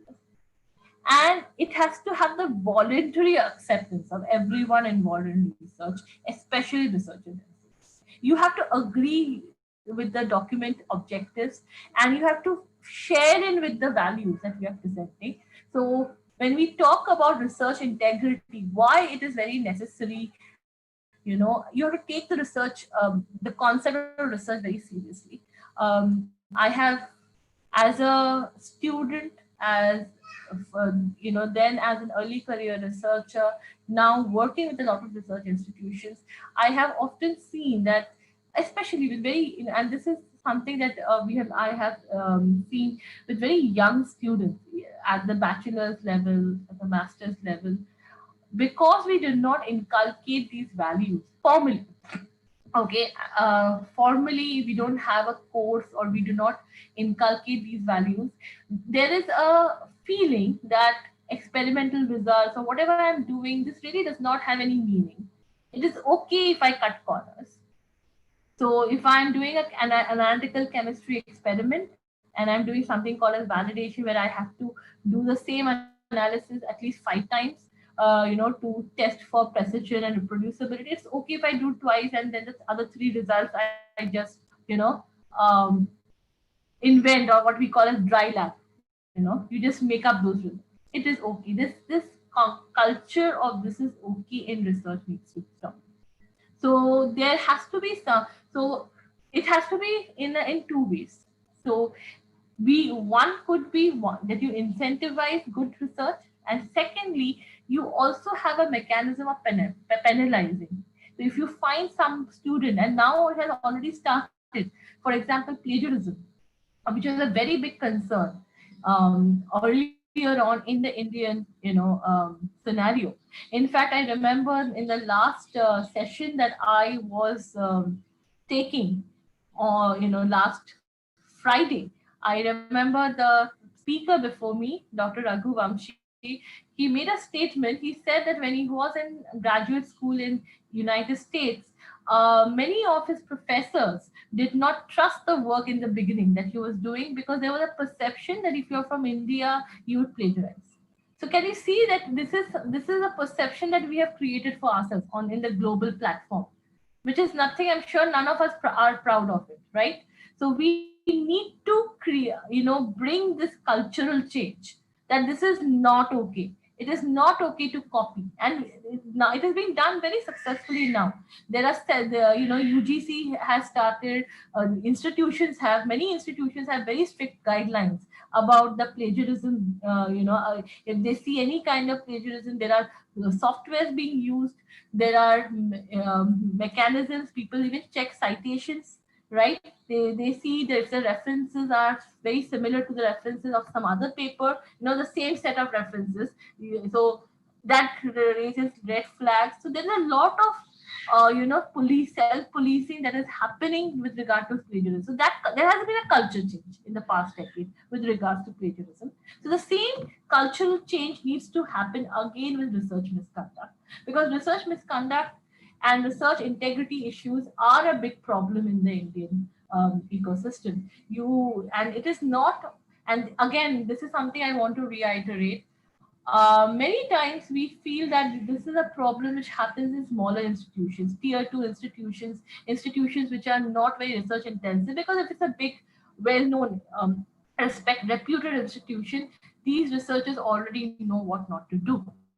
But you would be surprised, and I will not take names here, but you'll be surprised that some of the biggest stories in research misconduct in India have actually appeared from top laboratories and top institutions in India. So there was this one institution where a group of 2 to 3 professors, they were working in the area of, chemistry in nanotechnology, and they had 24 publications retracted, right? So, and then after this 24, this is a huge number, 24 publications being retracted from a group and which had been published in a space of around 5 to 6 years. That's almost, like, I would say, 50% of the content, research output. After that, there was this process of inquiry, etc. But the point here is, why wait for 24 retractions to start this process? Why, when the first retraction came up, was there not a formal inquiry, right? Why was there not an inquiry at the institution? That's what we are trying to say. If you voluntarily accept, if you follow the guidances, you need to start with this policing yourself right at the beginning. If there is a problem that you identify, first of all, there should be a body where which should prevent these kind of problems. And we have several institutions today who are participating. One of one of the sponsors, the organizers is ICT, who are very, very well known for their research quality and output. And I'm sure the stakeholders from these institutions will agree that they do not want this problems to happen. No institution wants retractions on their CV, so as to put it. So there has to be a mechanism. I keep on repeating, it has to be a mechanism that you do the policing right, prevent these things from happening.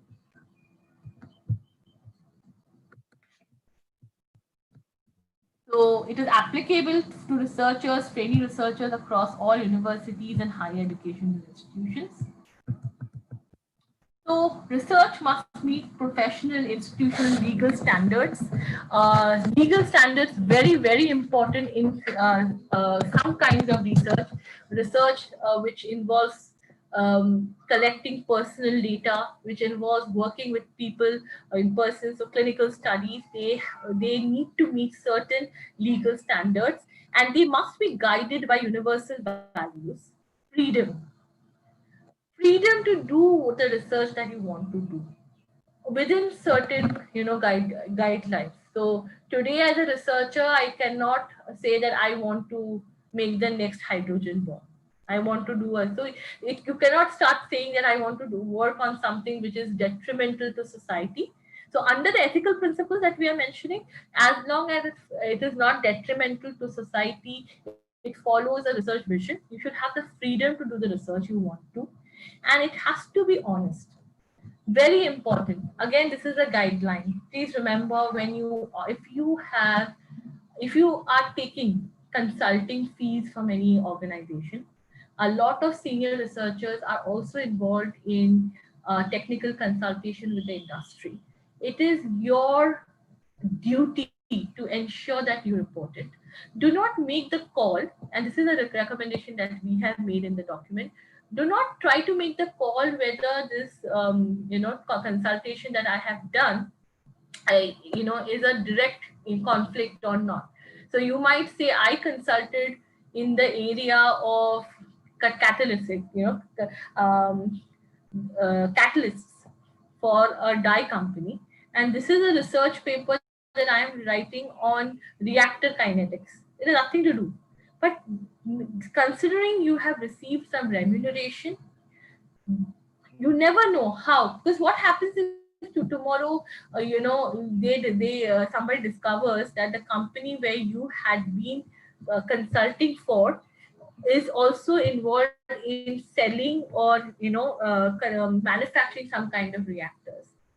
So people now might look at your research with such, okay, why did he not disclose? Is it because the recommendations that he has said, these are good recommendations, he's trying to influence the scientific world in such a way that people buy certain products. So do not let other people second guess. Declare any kind of conflict, or even if you perceive, even if you perceive that these are not conflict of interest, make sure you disclose them. If not to the editor of the journal in the manuscript itself, at least disclose them to your institutional oversight or your office of research. So before you send out a research document, you should be talking to your HOD or your institutional research dean, if you have, that I also do this work, this technical, I get money from this company. Should I be putting that in my manuscript? Should I be letting other people know when I am a part of a panel? So be honest, and finally responsible. Please remember, everybody who is a part of a manuscript, who is a part of a project which has finally some resulted in a product, they all, they are all responsible. So if you are a part of a paper where there are 30 authors and you are just the 17th author, that does not diminish your responsibility. If that paper is retracted, you also become a party, that you have a paper which has been retracted. You are affected to the same level, right? You are affected to the same level, or as the PI or the first author. It is difficult. I mean, you can always point fingers and say I was just a co-author, but increasingly, regulatory agencies, governmental bodies are refusing to entertain these arguments that I was just a co-author, I did not have a look at the manuscript, or this was just I know this person for a very long time, and he said, "Do you want to be a part of this paper?" And I said yes. So I had no idea about the data. These are not good enough excuses. So you will be responsible.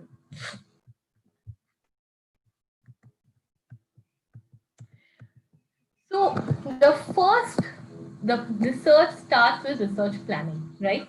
All research must be contained in a written document. So this is the first point that we are trying to make, is when you start planning itself, make sure, and this is what we have put in the GARP also, and because the GARP is a huge 55 page document, I will not be describing or explaining every point in detail, but all research must be formally written, in the sense that right from the planning stage, why did you come to this hypothesis, what were the papers that you referred to, so even your literature review that you're doing, make sure that you have a list of the literature available with you that led you to form this hypothesis. try using a database like Web of Science, there's Scopus, which allow you to make reference lists, which allow you to retrieve and easily trace back what literature you have. So using a database coupled with the reference management, there are several reference management softwares. Many of them are even free. Some of them like EndNote, some versions of EndNote, you have to purchase. But there are several data, reference management tools like Zotero, etc., which are free. And if you are reading a paper, make annotations, save them in a research management, reference management tool, and make sure that everything is documented right to the how the experimental design, get approvals, very important. So you, if you're going to be using some particular equipment, if you are going to be using a certain technique, make sure that every approval is in place. This is a very good practice. In fact, in pharmaceutical sciences, in pharmaceutical analysis, there is a saying. They say, "What is not documented is not done." So if you are not being able to document something, that means you have not done it.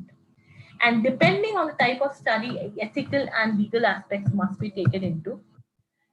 This is something that I think is very, you know, how do I put it, very self-explanatory. If you are involving people, your burden of proof increases that much more. If you remember, some time ago, there was this lot of reporting in the media that clinical trials for a homegrown COVID vaccine will happen in 2 months. And then we had, senior doctors, medical researchers across India saying that no, we will not be able to do that. We will not be able to do it because we will not be able to do it. We cannot do it. Because there are several guidelines for clinical trials that need to be followed, and nobody, no medical institution or medical body in India will be giving. So MCI came up with a categorical, a refusal, saying that we will not cut corners. So even when we are talking of a pandemic situation, and not only in India, across the world, if you notice, there has been no compromise. So if you are doing research involving people, that so protocols that involve the direct participation of people or based on biological samples, you must have the approval of regulatory bodies. And this is very important. Again, here, if you have an institutional office of research, this is what they need to do. So before you send up manuscripts, somebody will read them and say, "Oh, you worked on human tissues. Where is your approval sheet?" Okay, so this laboratory, you are processing some human blood. Where is the approval sheet? Same thing goes for animals. We are very particular about animal cruelty, humane behavior towards animals.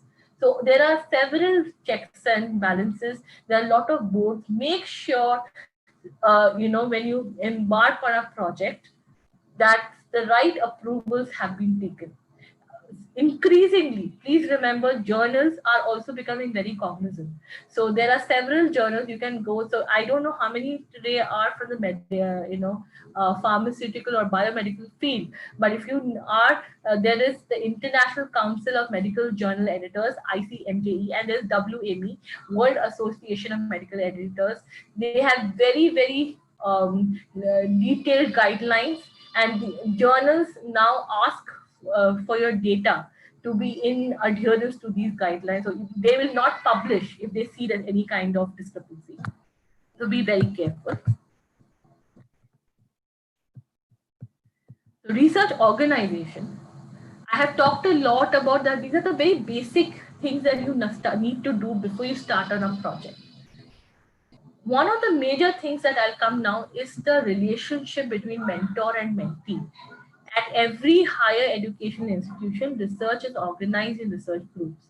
Every research group must have a principal researcher that leads the group and publicly represents it. So this is the convention across the world, and the training process, please remember, the training process for young researchers is one of the responsibilities of the researchers in the groups. So what I mean to say here is that all the faculty today who are attending, please remember, any product, so by a product I mean any report, any manuscript, any proposal that comes from your group, if you are the project leader, it is your responsibility to ensure the quality. So even though you might not be, so a lot of faculties are very busy, senior faculties are even more so, they are not directly involved with the day-to-day project work. So I'm sure none of the faculty actually go and the laboratory and see the readings daily. You might be looking at you must be having laboratory meetings where you discuss the work, but day to day going into the lab and micromanaging, nobody has time for that. At the same time, please ensure that you do note, check the original data. Make sure that the data is correctly reported. If you find any red flags, if you find that you have two different, graphs, and the noise in the two graphs are same, right? The signal to noise ratio is same. Then something is wrong. Something looks wrong. You ask questions. You also train your researchers that they will be the ones, they'll have culpability, to take culpability. So if you start a culture where every week you are sitting with your laboratory students, or you're sitting with your trainer, technicians, postdoctoral researchers, your master's students, PhD students, looking at the data, looking at how they've analyzed the data, making sure that their laboratory notebooks are up to date. This creates a positive culture, and this goes a huge way in ensuring that there is no data misrepresentation or falsification. So this has to happen at the laboratory level. uh, Again, an institution can create, UGC, everybody can create guidelines. There can be departments. At the end of the day, the change has to be at the grassroots level, that is at the laboratory level. So what are the obligations of the supervisors? Interact personally and regularly with trainee researchers under the supervision. Facilitate access to adequate means and scientific environment. So there should be an collegial environment. There should not be an environment where people are scared to tell their ideas, where because somebody has been there in the lab for a very long period, they are dominating or suppressing the voices of younger researchers or younger students. You introduce trainee staff to discussion forums. Make sure that nowadays, for example, there's so many webinars going on. Many of them are free of cost. Ensure that your students, your postdocs, your technicians, they attend these. So they need to know what's happening in the world. Maybe they are using a technique, but that technique has been is outdated and nobody uses it globally for the past 10 years. So encourage, they need to be up to date. Make sure, another thing, please ensure that your students do a very thorough literature review. One of the reasons that manuscripts get rejected, grant proposals get rejected, is because researchers reinvent the wheel. You see many papers which are just copycat papers. You have one formulation system. So I'll just again give the example of pharmaceutical sciences, because that's from where I come. You have one formulation system, and then you do the same. You make you just repeat those experiments, same formula with different drugs. So basically what we're doing is known as salami science, science where you're just doing a kind of a copy paste. It's not an assembly line. It's not that, this is not a store where you have the same sari in 20 different colors. Research needs to be original and novel to some extent. So make sure that your students have enough exposure to understand. So that starts with the literature review. we have put in a lot of guidelines. We have told in the document about how to identify good journals, how to identify predatory journals, how to, and we talked about that. And I think the entire conversation through this whole Shodhyatra conference series has been that how to identify the right avenues for research, how to do a better job of it.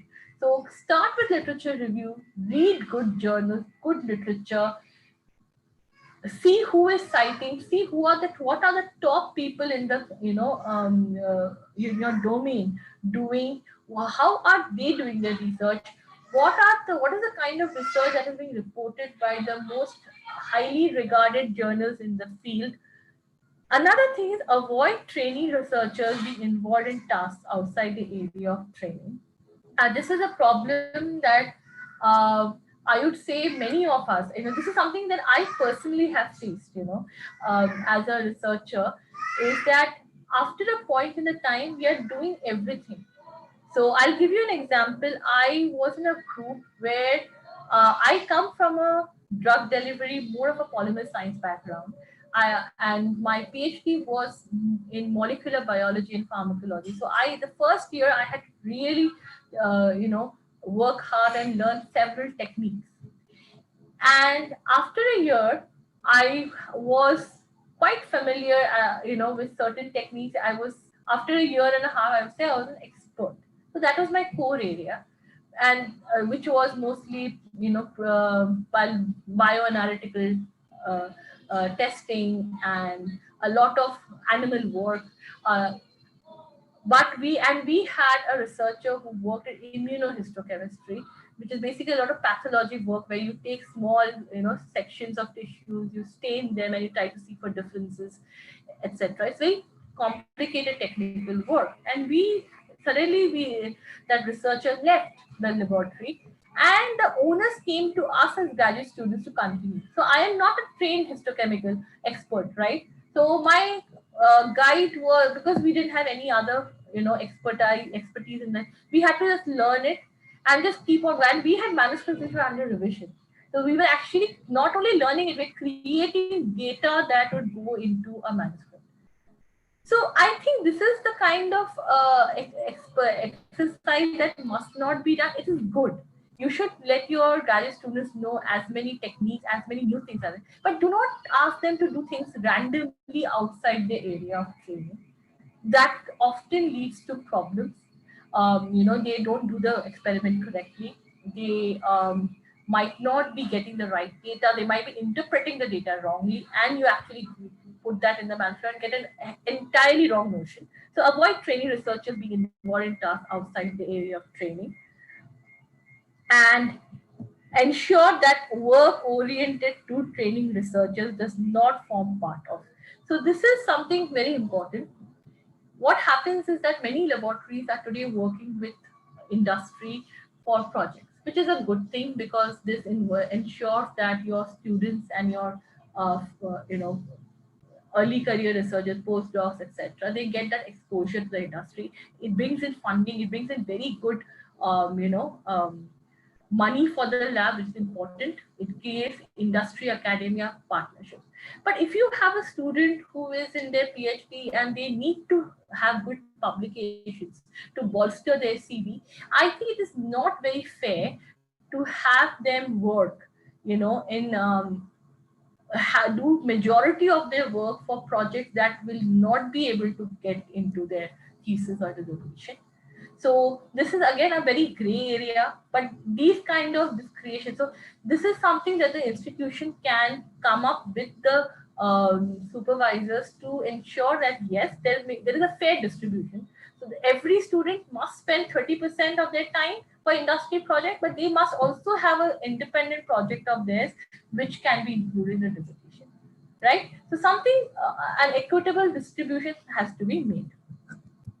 Ensure research, I think this is very important. Most institutions have very stringent safety rules. They have safety bodies, or there are timing restrictions. There are restrictions that only one person alone cannot work in the laboratory. So as if there's a problem, there's some safety issue, something somebody can call somebody in an emergency, etc. So safety of the personnel in the lab, very very important. Stress to follow the GARP. That I don't mean the document only. What I mean to say, follow good academic research practices. Please stress and be self-critical. Obligations to the trainee staff. Be fully involved in the project. Do not cut corners. So do not fudge data.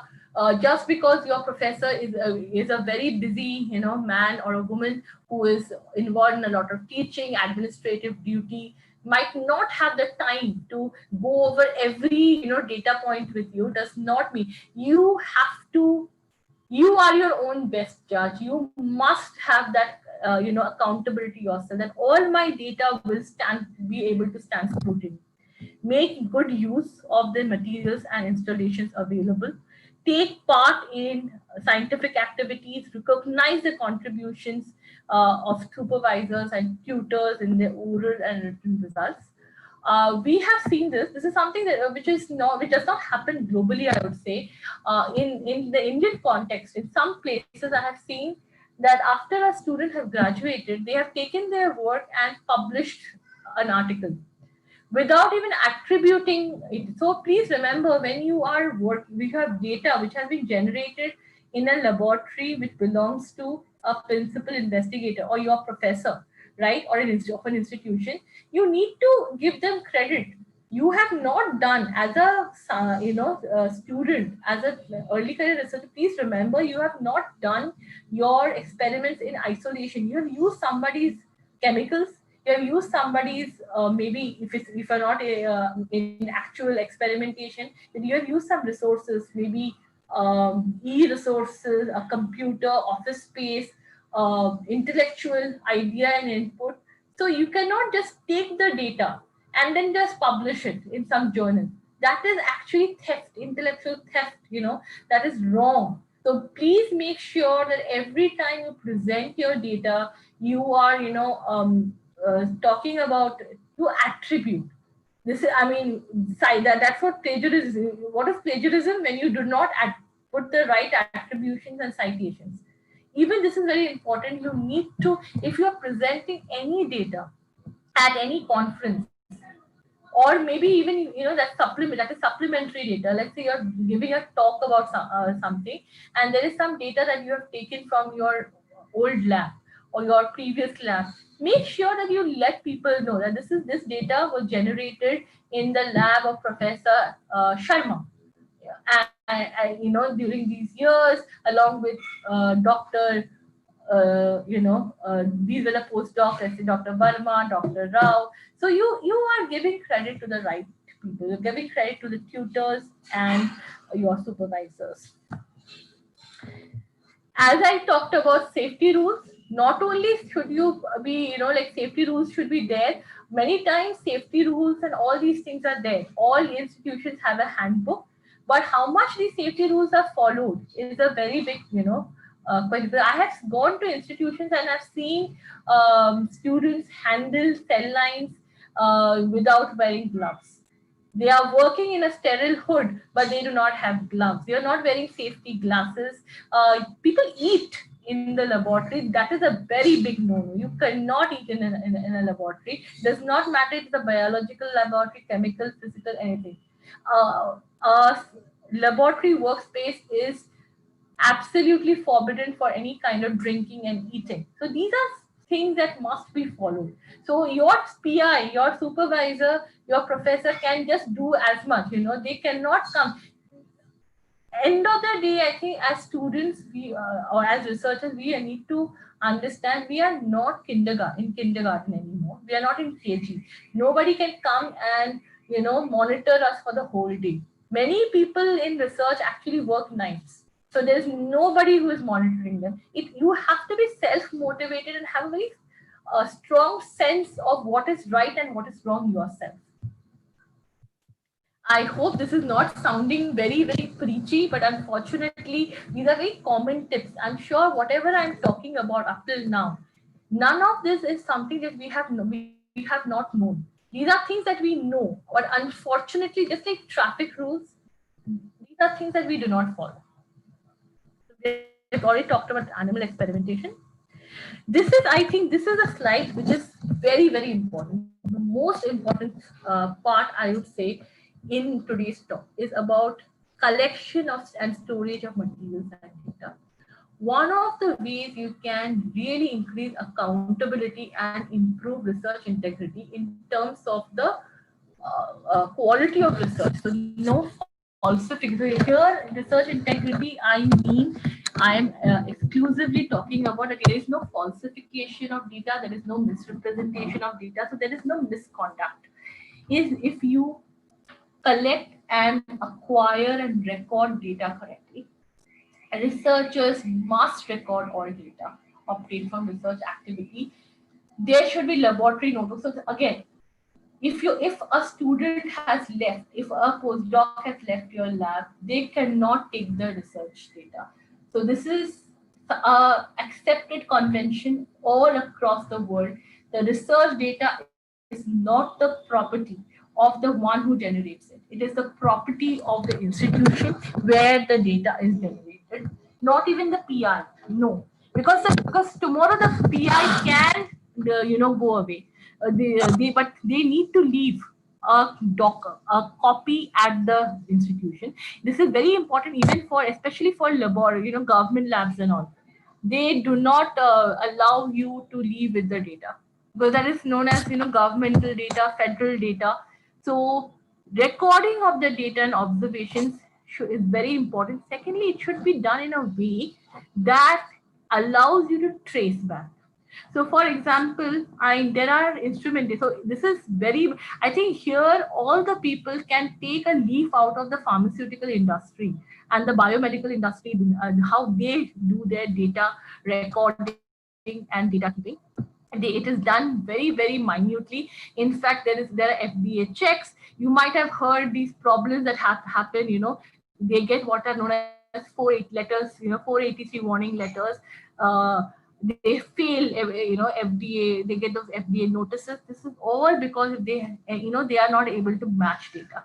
So there are now a lot of instrumentation where whatever data point, so let's say it's a chromatogram, it is a particular image that has the timestamp, everything is recorded. So if there is any manipulation in the future, that can be understood very easily. So how can you ensure that in a manuscript there is no data misrepresentation? So let me give you an example. Let's say you are working in an area where you have to take a microscopic image, right? And you have first of all, you should have some mechanism whereby, uh, and nowadays most instrumentation has that, is that they record exactly when you took the image, what time, and you have to also put in your credentials.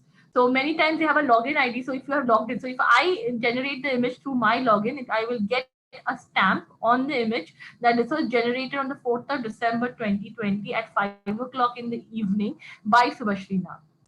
Right?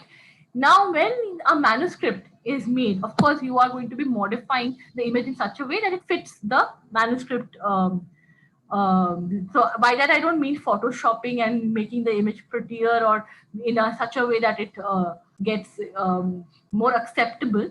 By that, what I mean is that you'll take the image and maybe make it a smaller version, you'll crop up some of the names and all. But you should have a file whereby you should have one final image which has gone into the manuscript. Along with that, you have the original image, so that there is easy comparison. It could be an electric file. It could also be a notebook. Okay, a physical notebook. So you have, so especially these are for images that or any graphs which have been generated by an instrument. You need to have the original feed from the instrument as it is in one panel, and one panel is exactly how you have put it in the manuscript. so that your PI or anybody tomorrow, even after 20 years, can easily match that, okay, are these the same? And by the way, please be advised that today there are a lot of forensic imaging analysis being done. Many journals have actually purchased this software. There is software available which can take a digital version of the image that you have submitted to the manuscript, and they can actually see if any kind of post production was done on it. So if any Photoshop or any kind of pixelation changes, they can actually detect it. Okay, so this is very important. Second is all data must be conserved for a minimum period of 5 years. This is something that we have taken from guidelines in NIH, etc. NIH has 10 years for some projects, but this is according to what the institution deems appropriate. But then your data must be conserved. All these files, we agree that an institution probably every year you have 500, 1000 manuscripts. All data cannot be kept for an infinite period of time, but there has to be some repository. It has to be conserved. So there has to be a kind of a statute, okay, at least for 5 years, at least for 10 years. Does not matter whether the PI is there or not. The data should be there somewhere in this. PI, the professor whose lab generated data, they might go away, but there should be some form of the data available for scrutiny. And original data must be stored in original form, as I said. Next is excessive improvement, as I said. Interpretation of the original data should be avoided. If people are, so as I said, if it is a if it is a data point which is making a graph, then you also need to ensure that what are the points. So this is especially for physical sciences, chemistry, etc. Sometimes in order to make the graph look pretty, we take away some data points, right? So if you have the original data along, the original data as you collected it, which if it is there, then you need to have annotations in your laboratory notebook that I had 5 data points for this particular experiment. I have taken 3 because the minimum requirement is 3 to do any statistical evaluation. But why did I choose these 3? All of these annotations must be there, and this is where the duty of the PI comes, as well as if there's an office of research. Before submitting a manuscript, the office of research can ask for this notebook, and they can also have somebody who just has a look. Now, I know this is a very labor intensive job, so this can be further deregulated, decentralized. So let's say office of research has one representative with the HOD for each department, and the HOD and the representative of that office of research can work together to have a quick look, that everything is in fine order before a manuscript is submitted. Data ownership, as I said, it is the property of the center to which the project leader belongs. All members of the research team must be able to access the information from the data obtained. Now that we have talked about this data integrity and fidelity, let us talk about the dissemination of results. There are 2 things I want to address here. One is how we present data or our results in the mass media. Nowadays, most institutions have a PR office or a communication marketing office where they are presenting their data.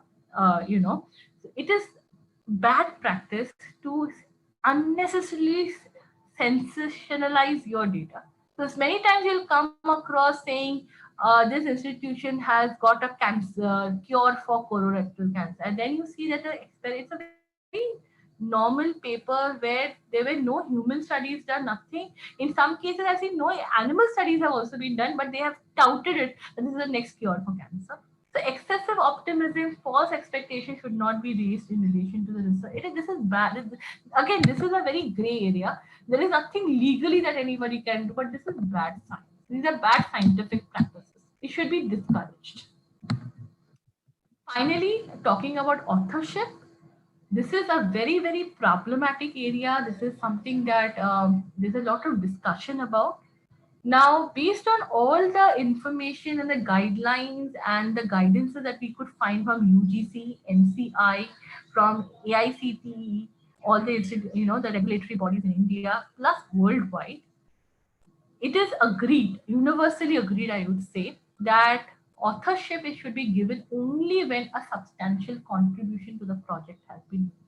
So, no gift authorship as it is known. So there must be a substantial contribution to the project and the creative process, to the design of the project, or to the analysis and interpretation of the results.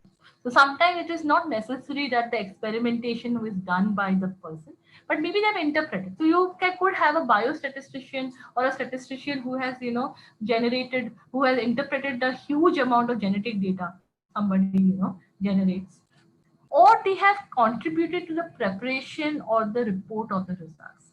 So many times what happens is that maybe the work is done by junior students or junior researchers in the laboratory, the actual experimentation work, or even sometimes with technicians.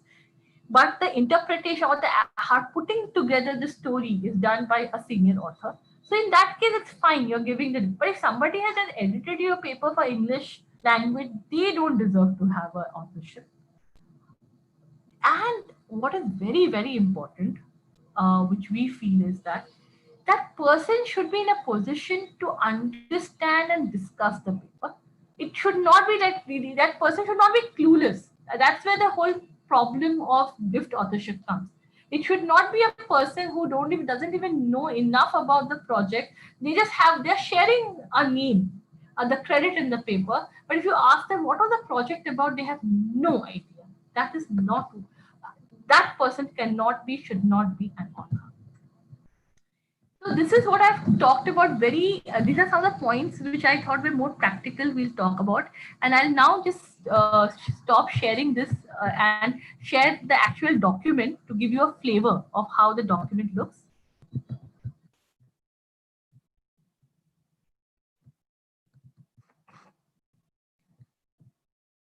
So let me just share.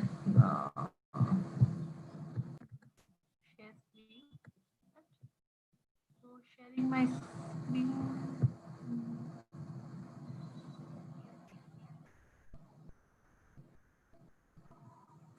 I don't.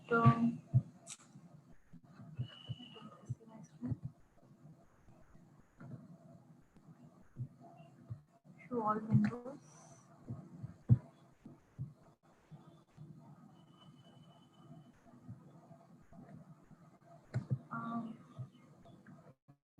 This is really strange. Oh yeah, finally got it. Okay, so this is how our document has. It has values. I've talked about that. We have research, designing, literature review, and if you just scroll down, we actually give you a kind of a checklist also. So let me show you. For example, see, checklist for planning research. Okay, so we give you a kind of a checklist. So if you are, this document allows you to see. So checklist for information for scientific literature review, how to decide that whatever, this is the right paper for you. Okay. So this, we are giving you, there are checklists which are available.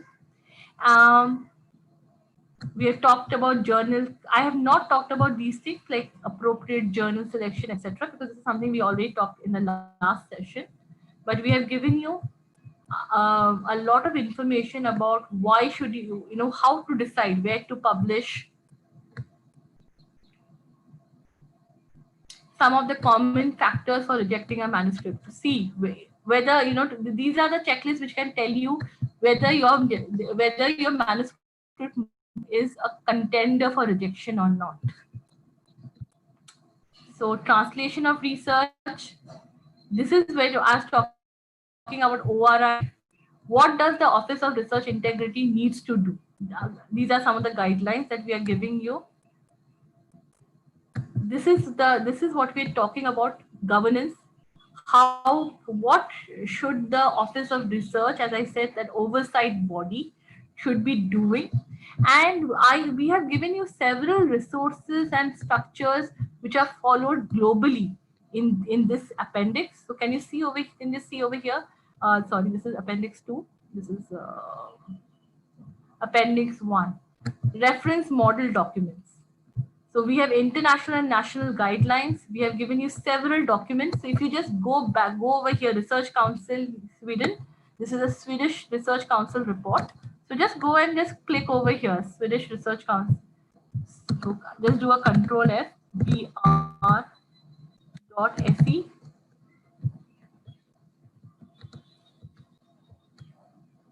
See, we have given you the clickable link over here. So just click on the link and you should be able to go. I hope the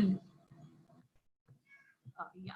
So see the good research practice document from Sweden opens up. So we have given you several websites and documents. You can go to them and look at the documents, research or reference documents, model documents. I really suggest for all of you who are trying to, so if you have any kind of faculty members today, stakeholders who are looking for developing some extra guidelines or modifying these guidelines, you can also have a look at these documents. So these are the parameters that are being followed globally. So what I will do now is, since I've already taken up an hour, I will open it up for question and answer.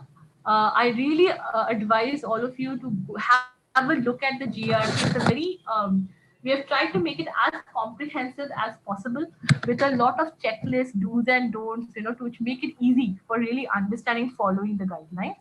So with this, I will stop sharing and I will actually start. I'll open up for questions. It is on the UGC website. Let me just send you the link. Yeah. In the chat box.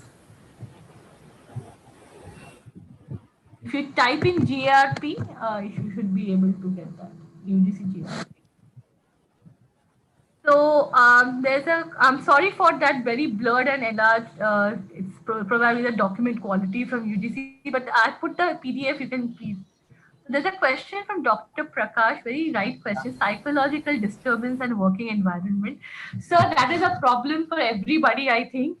One of the things you'll hear from all PhD students, they say that I have already been through hell in this world, I'm going to heaven now. So now, not to make fun of it, PhD or research, especially in today's research ecosystem with so many pressures of getting grants, etc. It can be an extremely draining experience, and the pandemic has not made it any easier.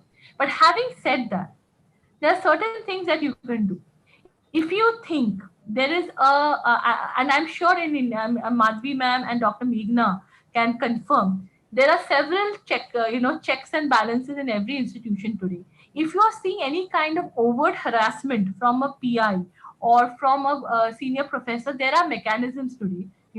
So I'll give you an example. Sexual harassment, for example, it is taken very seriously in institutions today. There are very good ways of countering it. There is a proper way where you can actually go. So I'm not talking about harassment can be in all, I'm not only talking about harassment. It is it's a feeling that you are feeling threatened in the sense that nobody is valuing me, my ideas, or maybe something wrong is happening in the lab. I cannot raise my voice. If you think some of these problems are there, all I suggest to you is that, first of all, make sure you document the problems. Always keep a document trail. Talk to people whom you trust. So I'm sure there will be some people in the institution that you can trust. Talk to them and go to the right people. So go to the research dean, go to the director of the institute, but make sure that you report your concerns. Okay, there will be some there will be some pressure that is inevitable. Please remember, your professor is also as stressed, or if not more than you. Maybe for a PhD, it's just a degree. For the professor, it's a matter of the job. If they cannot get these many papers out, they will lose their job. So everybody is under pressure. But at the same time, there cannot be an environment where you feel threatened or disrespected. If something like that happens, talk to you first to your professor very frankly, saying that, ma'am, sir, I don't feel comfortable. Maybe they are telling you to work late at night. You don't have transport to go back home. you take local transport, you cannot go back home. So tell them that I will finish my work, but I cannot work at night. So first talk it out. But if the concerns are still there, make sure you report to the right authorities. And as far as I know, most institutions have a good mechanism to counter these problems. I would say that would be my recommendation. Yeah, thanks for answering that.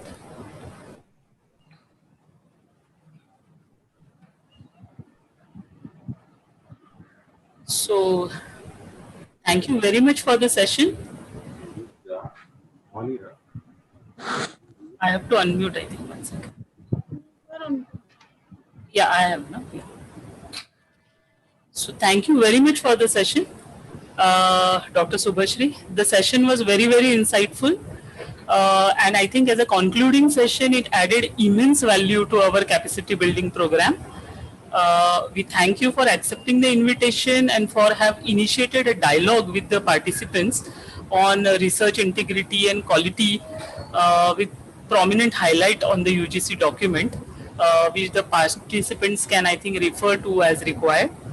The examples given by you from your real experience where I think the participants could relate to, and so would be better convinced. And the session very wonderfully also summarized the whole program along with the good practices. So it was indeed very useful, very informative, very insightful. Thank you once again. Sure. Thank you, Subhashri. Yes, ma'am. Thank you so much for the invitation. It was really a great experience to share the insights that we have put in the document with a bigger audience. And hopefully all of us can benefit from this. I'm sure if there are more ideas and all, please feel free to write into the UGC. Maybe we can, that a very good thing would be that in a couple of years, 3 or 4 years, we can get even an updated version 2 of this document, which addresses the dynamic needs, the changing needs of the research, community. So any more ideas, if you all have, do write into us and say, this is something that we should have addressed, and we will try to work into making a more inclusive document. Thank you so much. Yeah, sure. Bye. So that was our last session, and we have come to the end of our capacity building program, our e-Shodhyatra program. So I invite Dr. Meghna Sanjeeva for the vote of thanks. Thank you, Madhvi. As we come to the end of the program, it is my proud privilege to propose the vote of thanks. On behalf of the Institute of Chemical Technology, Mumbai, and the Vivekanand Education Society's College of Arts, Science and Commerce, I express sincere thanks to all those who have contributed towards the conduct of this program. In this program, we had 12 sessions spread over 7 days and 5 practical sessions, in addition to our keynote address and addressed by the guest of honor. We have logged in 27 hours of synchronous sessions and have shared a video for self-paced study and will be conducting 2 evaluative tests. We are grateful to our advisory committee members, Dr. Akhtar Parvez, Dr. Sunita Barve, and Dr. Pujar, who guided us to plan out the entire program. With a deep sense of gratitude, we express our sincere thanks to Professor Gagandeep Kang for delivering the keynote address and Professor M Sharma for addressing the participants and motivating them for a focused approach to research. My heartfelt thanks to our speakers who have spent their valuable time and agreed to deliver all the sessions. Dr. Pujar, Dr. Medha Joshi, Professor Smita Zinzarde, Dr. Raghu Vamsi, Dr. Sunita Barve, Mr. Hitesh Kumar Solanki, Ms. Anubha Sinha, Dr. Sarika Sawant, Dr. Akhtar Parvez, Dr. Satish Munoli, Dr. Sudha Kannan, and Dr. G. Mahesh. Our special thanks to our industry partners, Mr. Vishal Gupta from Elsevier, Dr. Subhashri Nag from Clarivate Analytics, and Ms. Preeti Rathi from eGalactic for their exhaustive and systematic presentations. We are indeed very grateful to the Honorable Vice Chancellor, Institute of Chemical Technology, Mumbai, Professor Pandit, and respected Principal Dr. Anita Kanwar for not only permitting us to conduct this program jointly, but for also being very supportive throughout. Thank you, sir, and thank you, ma'am. I would be failing in my duties if I do not acknowledge the support of the TechWIC office and Dr. Padma Devarajan, TechWIC coordinator and Dean Research and Innovation, ICT, for facilitating the financial support for this long program. Without the support of our technical team and our back office support, we would not be able to conduct these sessions. Thank you, Mr. Shashank, for the technical support throughout the seamless and glitch-free sessions. We thank Mr. Hitendra Patil, Mrs. Madhuri Dicholkar, and others for the technical support. Mr. Akash Chandel for timely communication and updates to all the participants. Our special thanks to Ms. Aditi Bhujbal, who has helped us with the creatives like brochure, website, certificates for the conduct of this program. We are also thankful to Dr. Mugdha Apte, researcher and freelancer faculty member, for her support for the conduct of this program. Last but not the least, we thank you, dear participants, for the sincere and committed efforts from your side. Taking up this long program and sustaining it with your routine work demonstrates your keen interest to advance your research goals and to enhance the quality of your research output.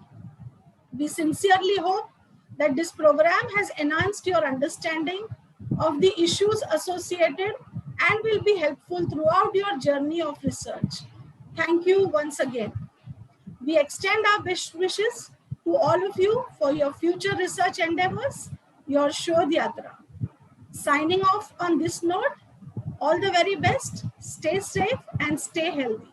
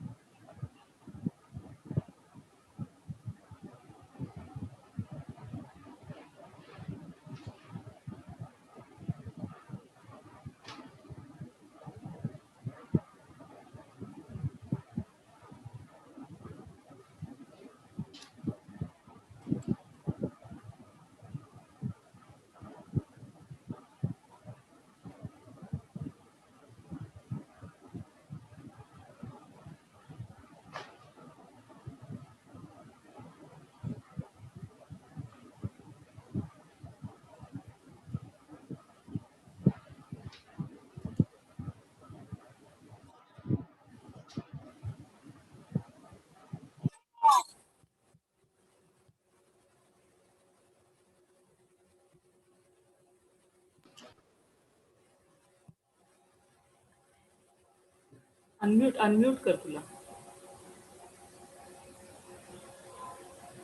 Meghna, you need to unmute. Thank you. This is our technical team. Thank you all, and thank you, dear participants, once again.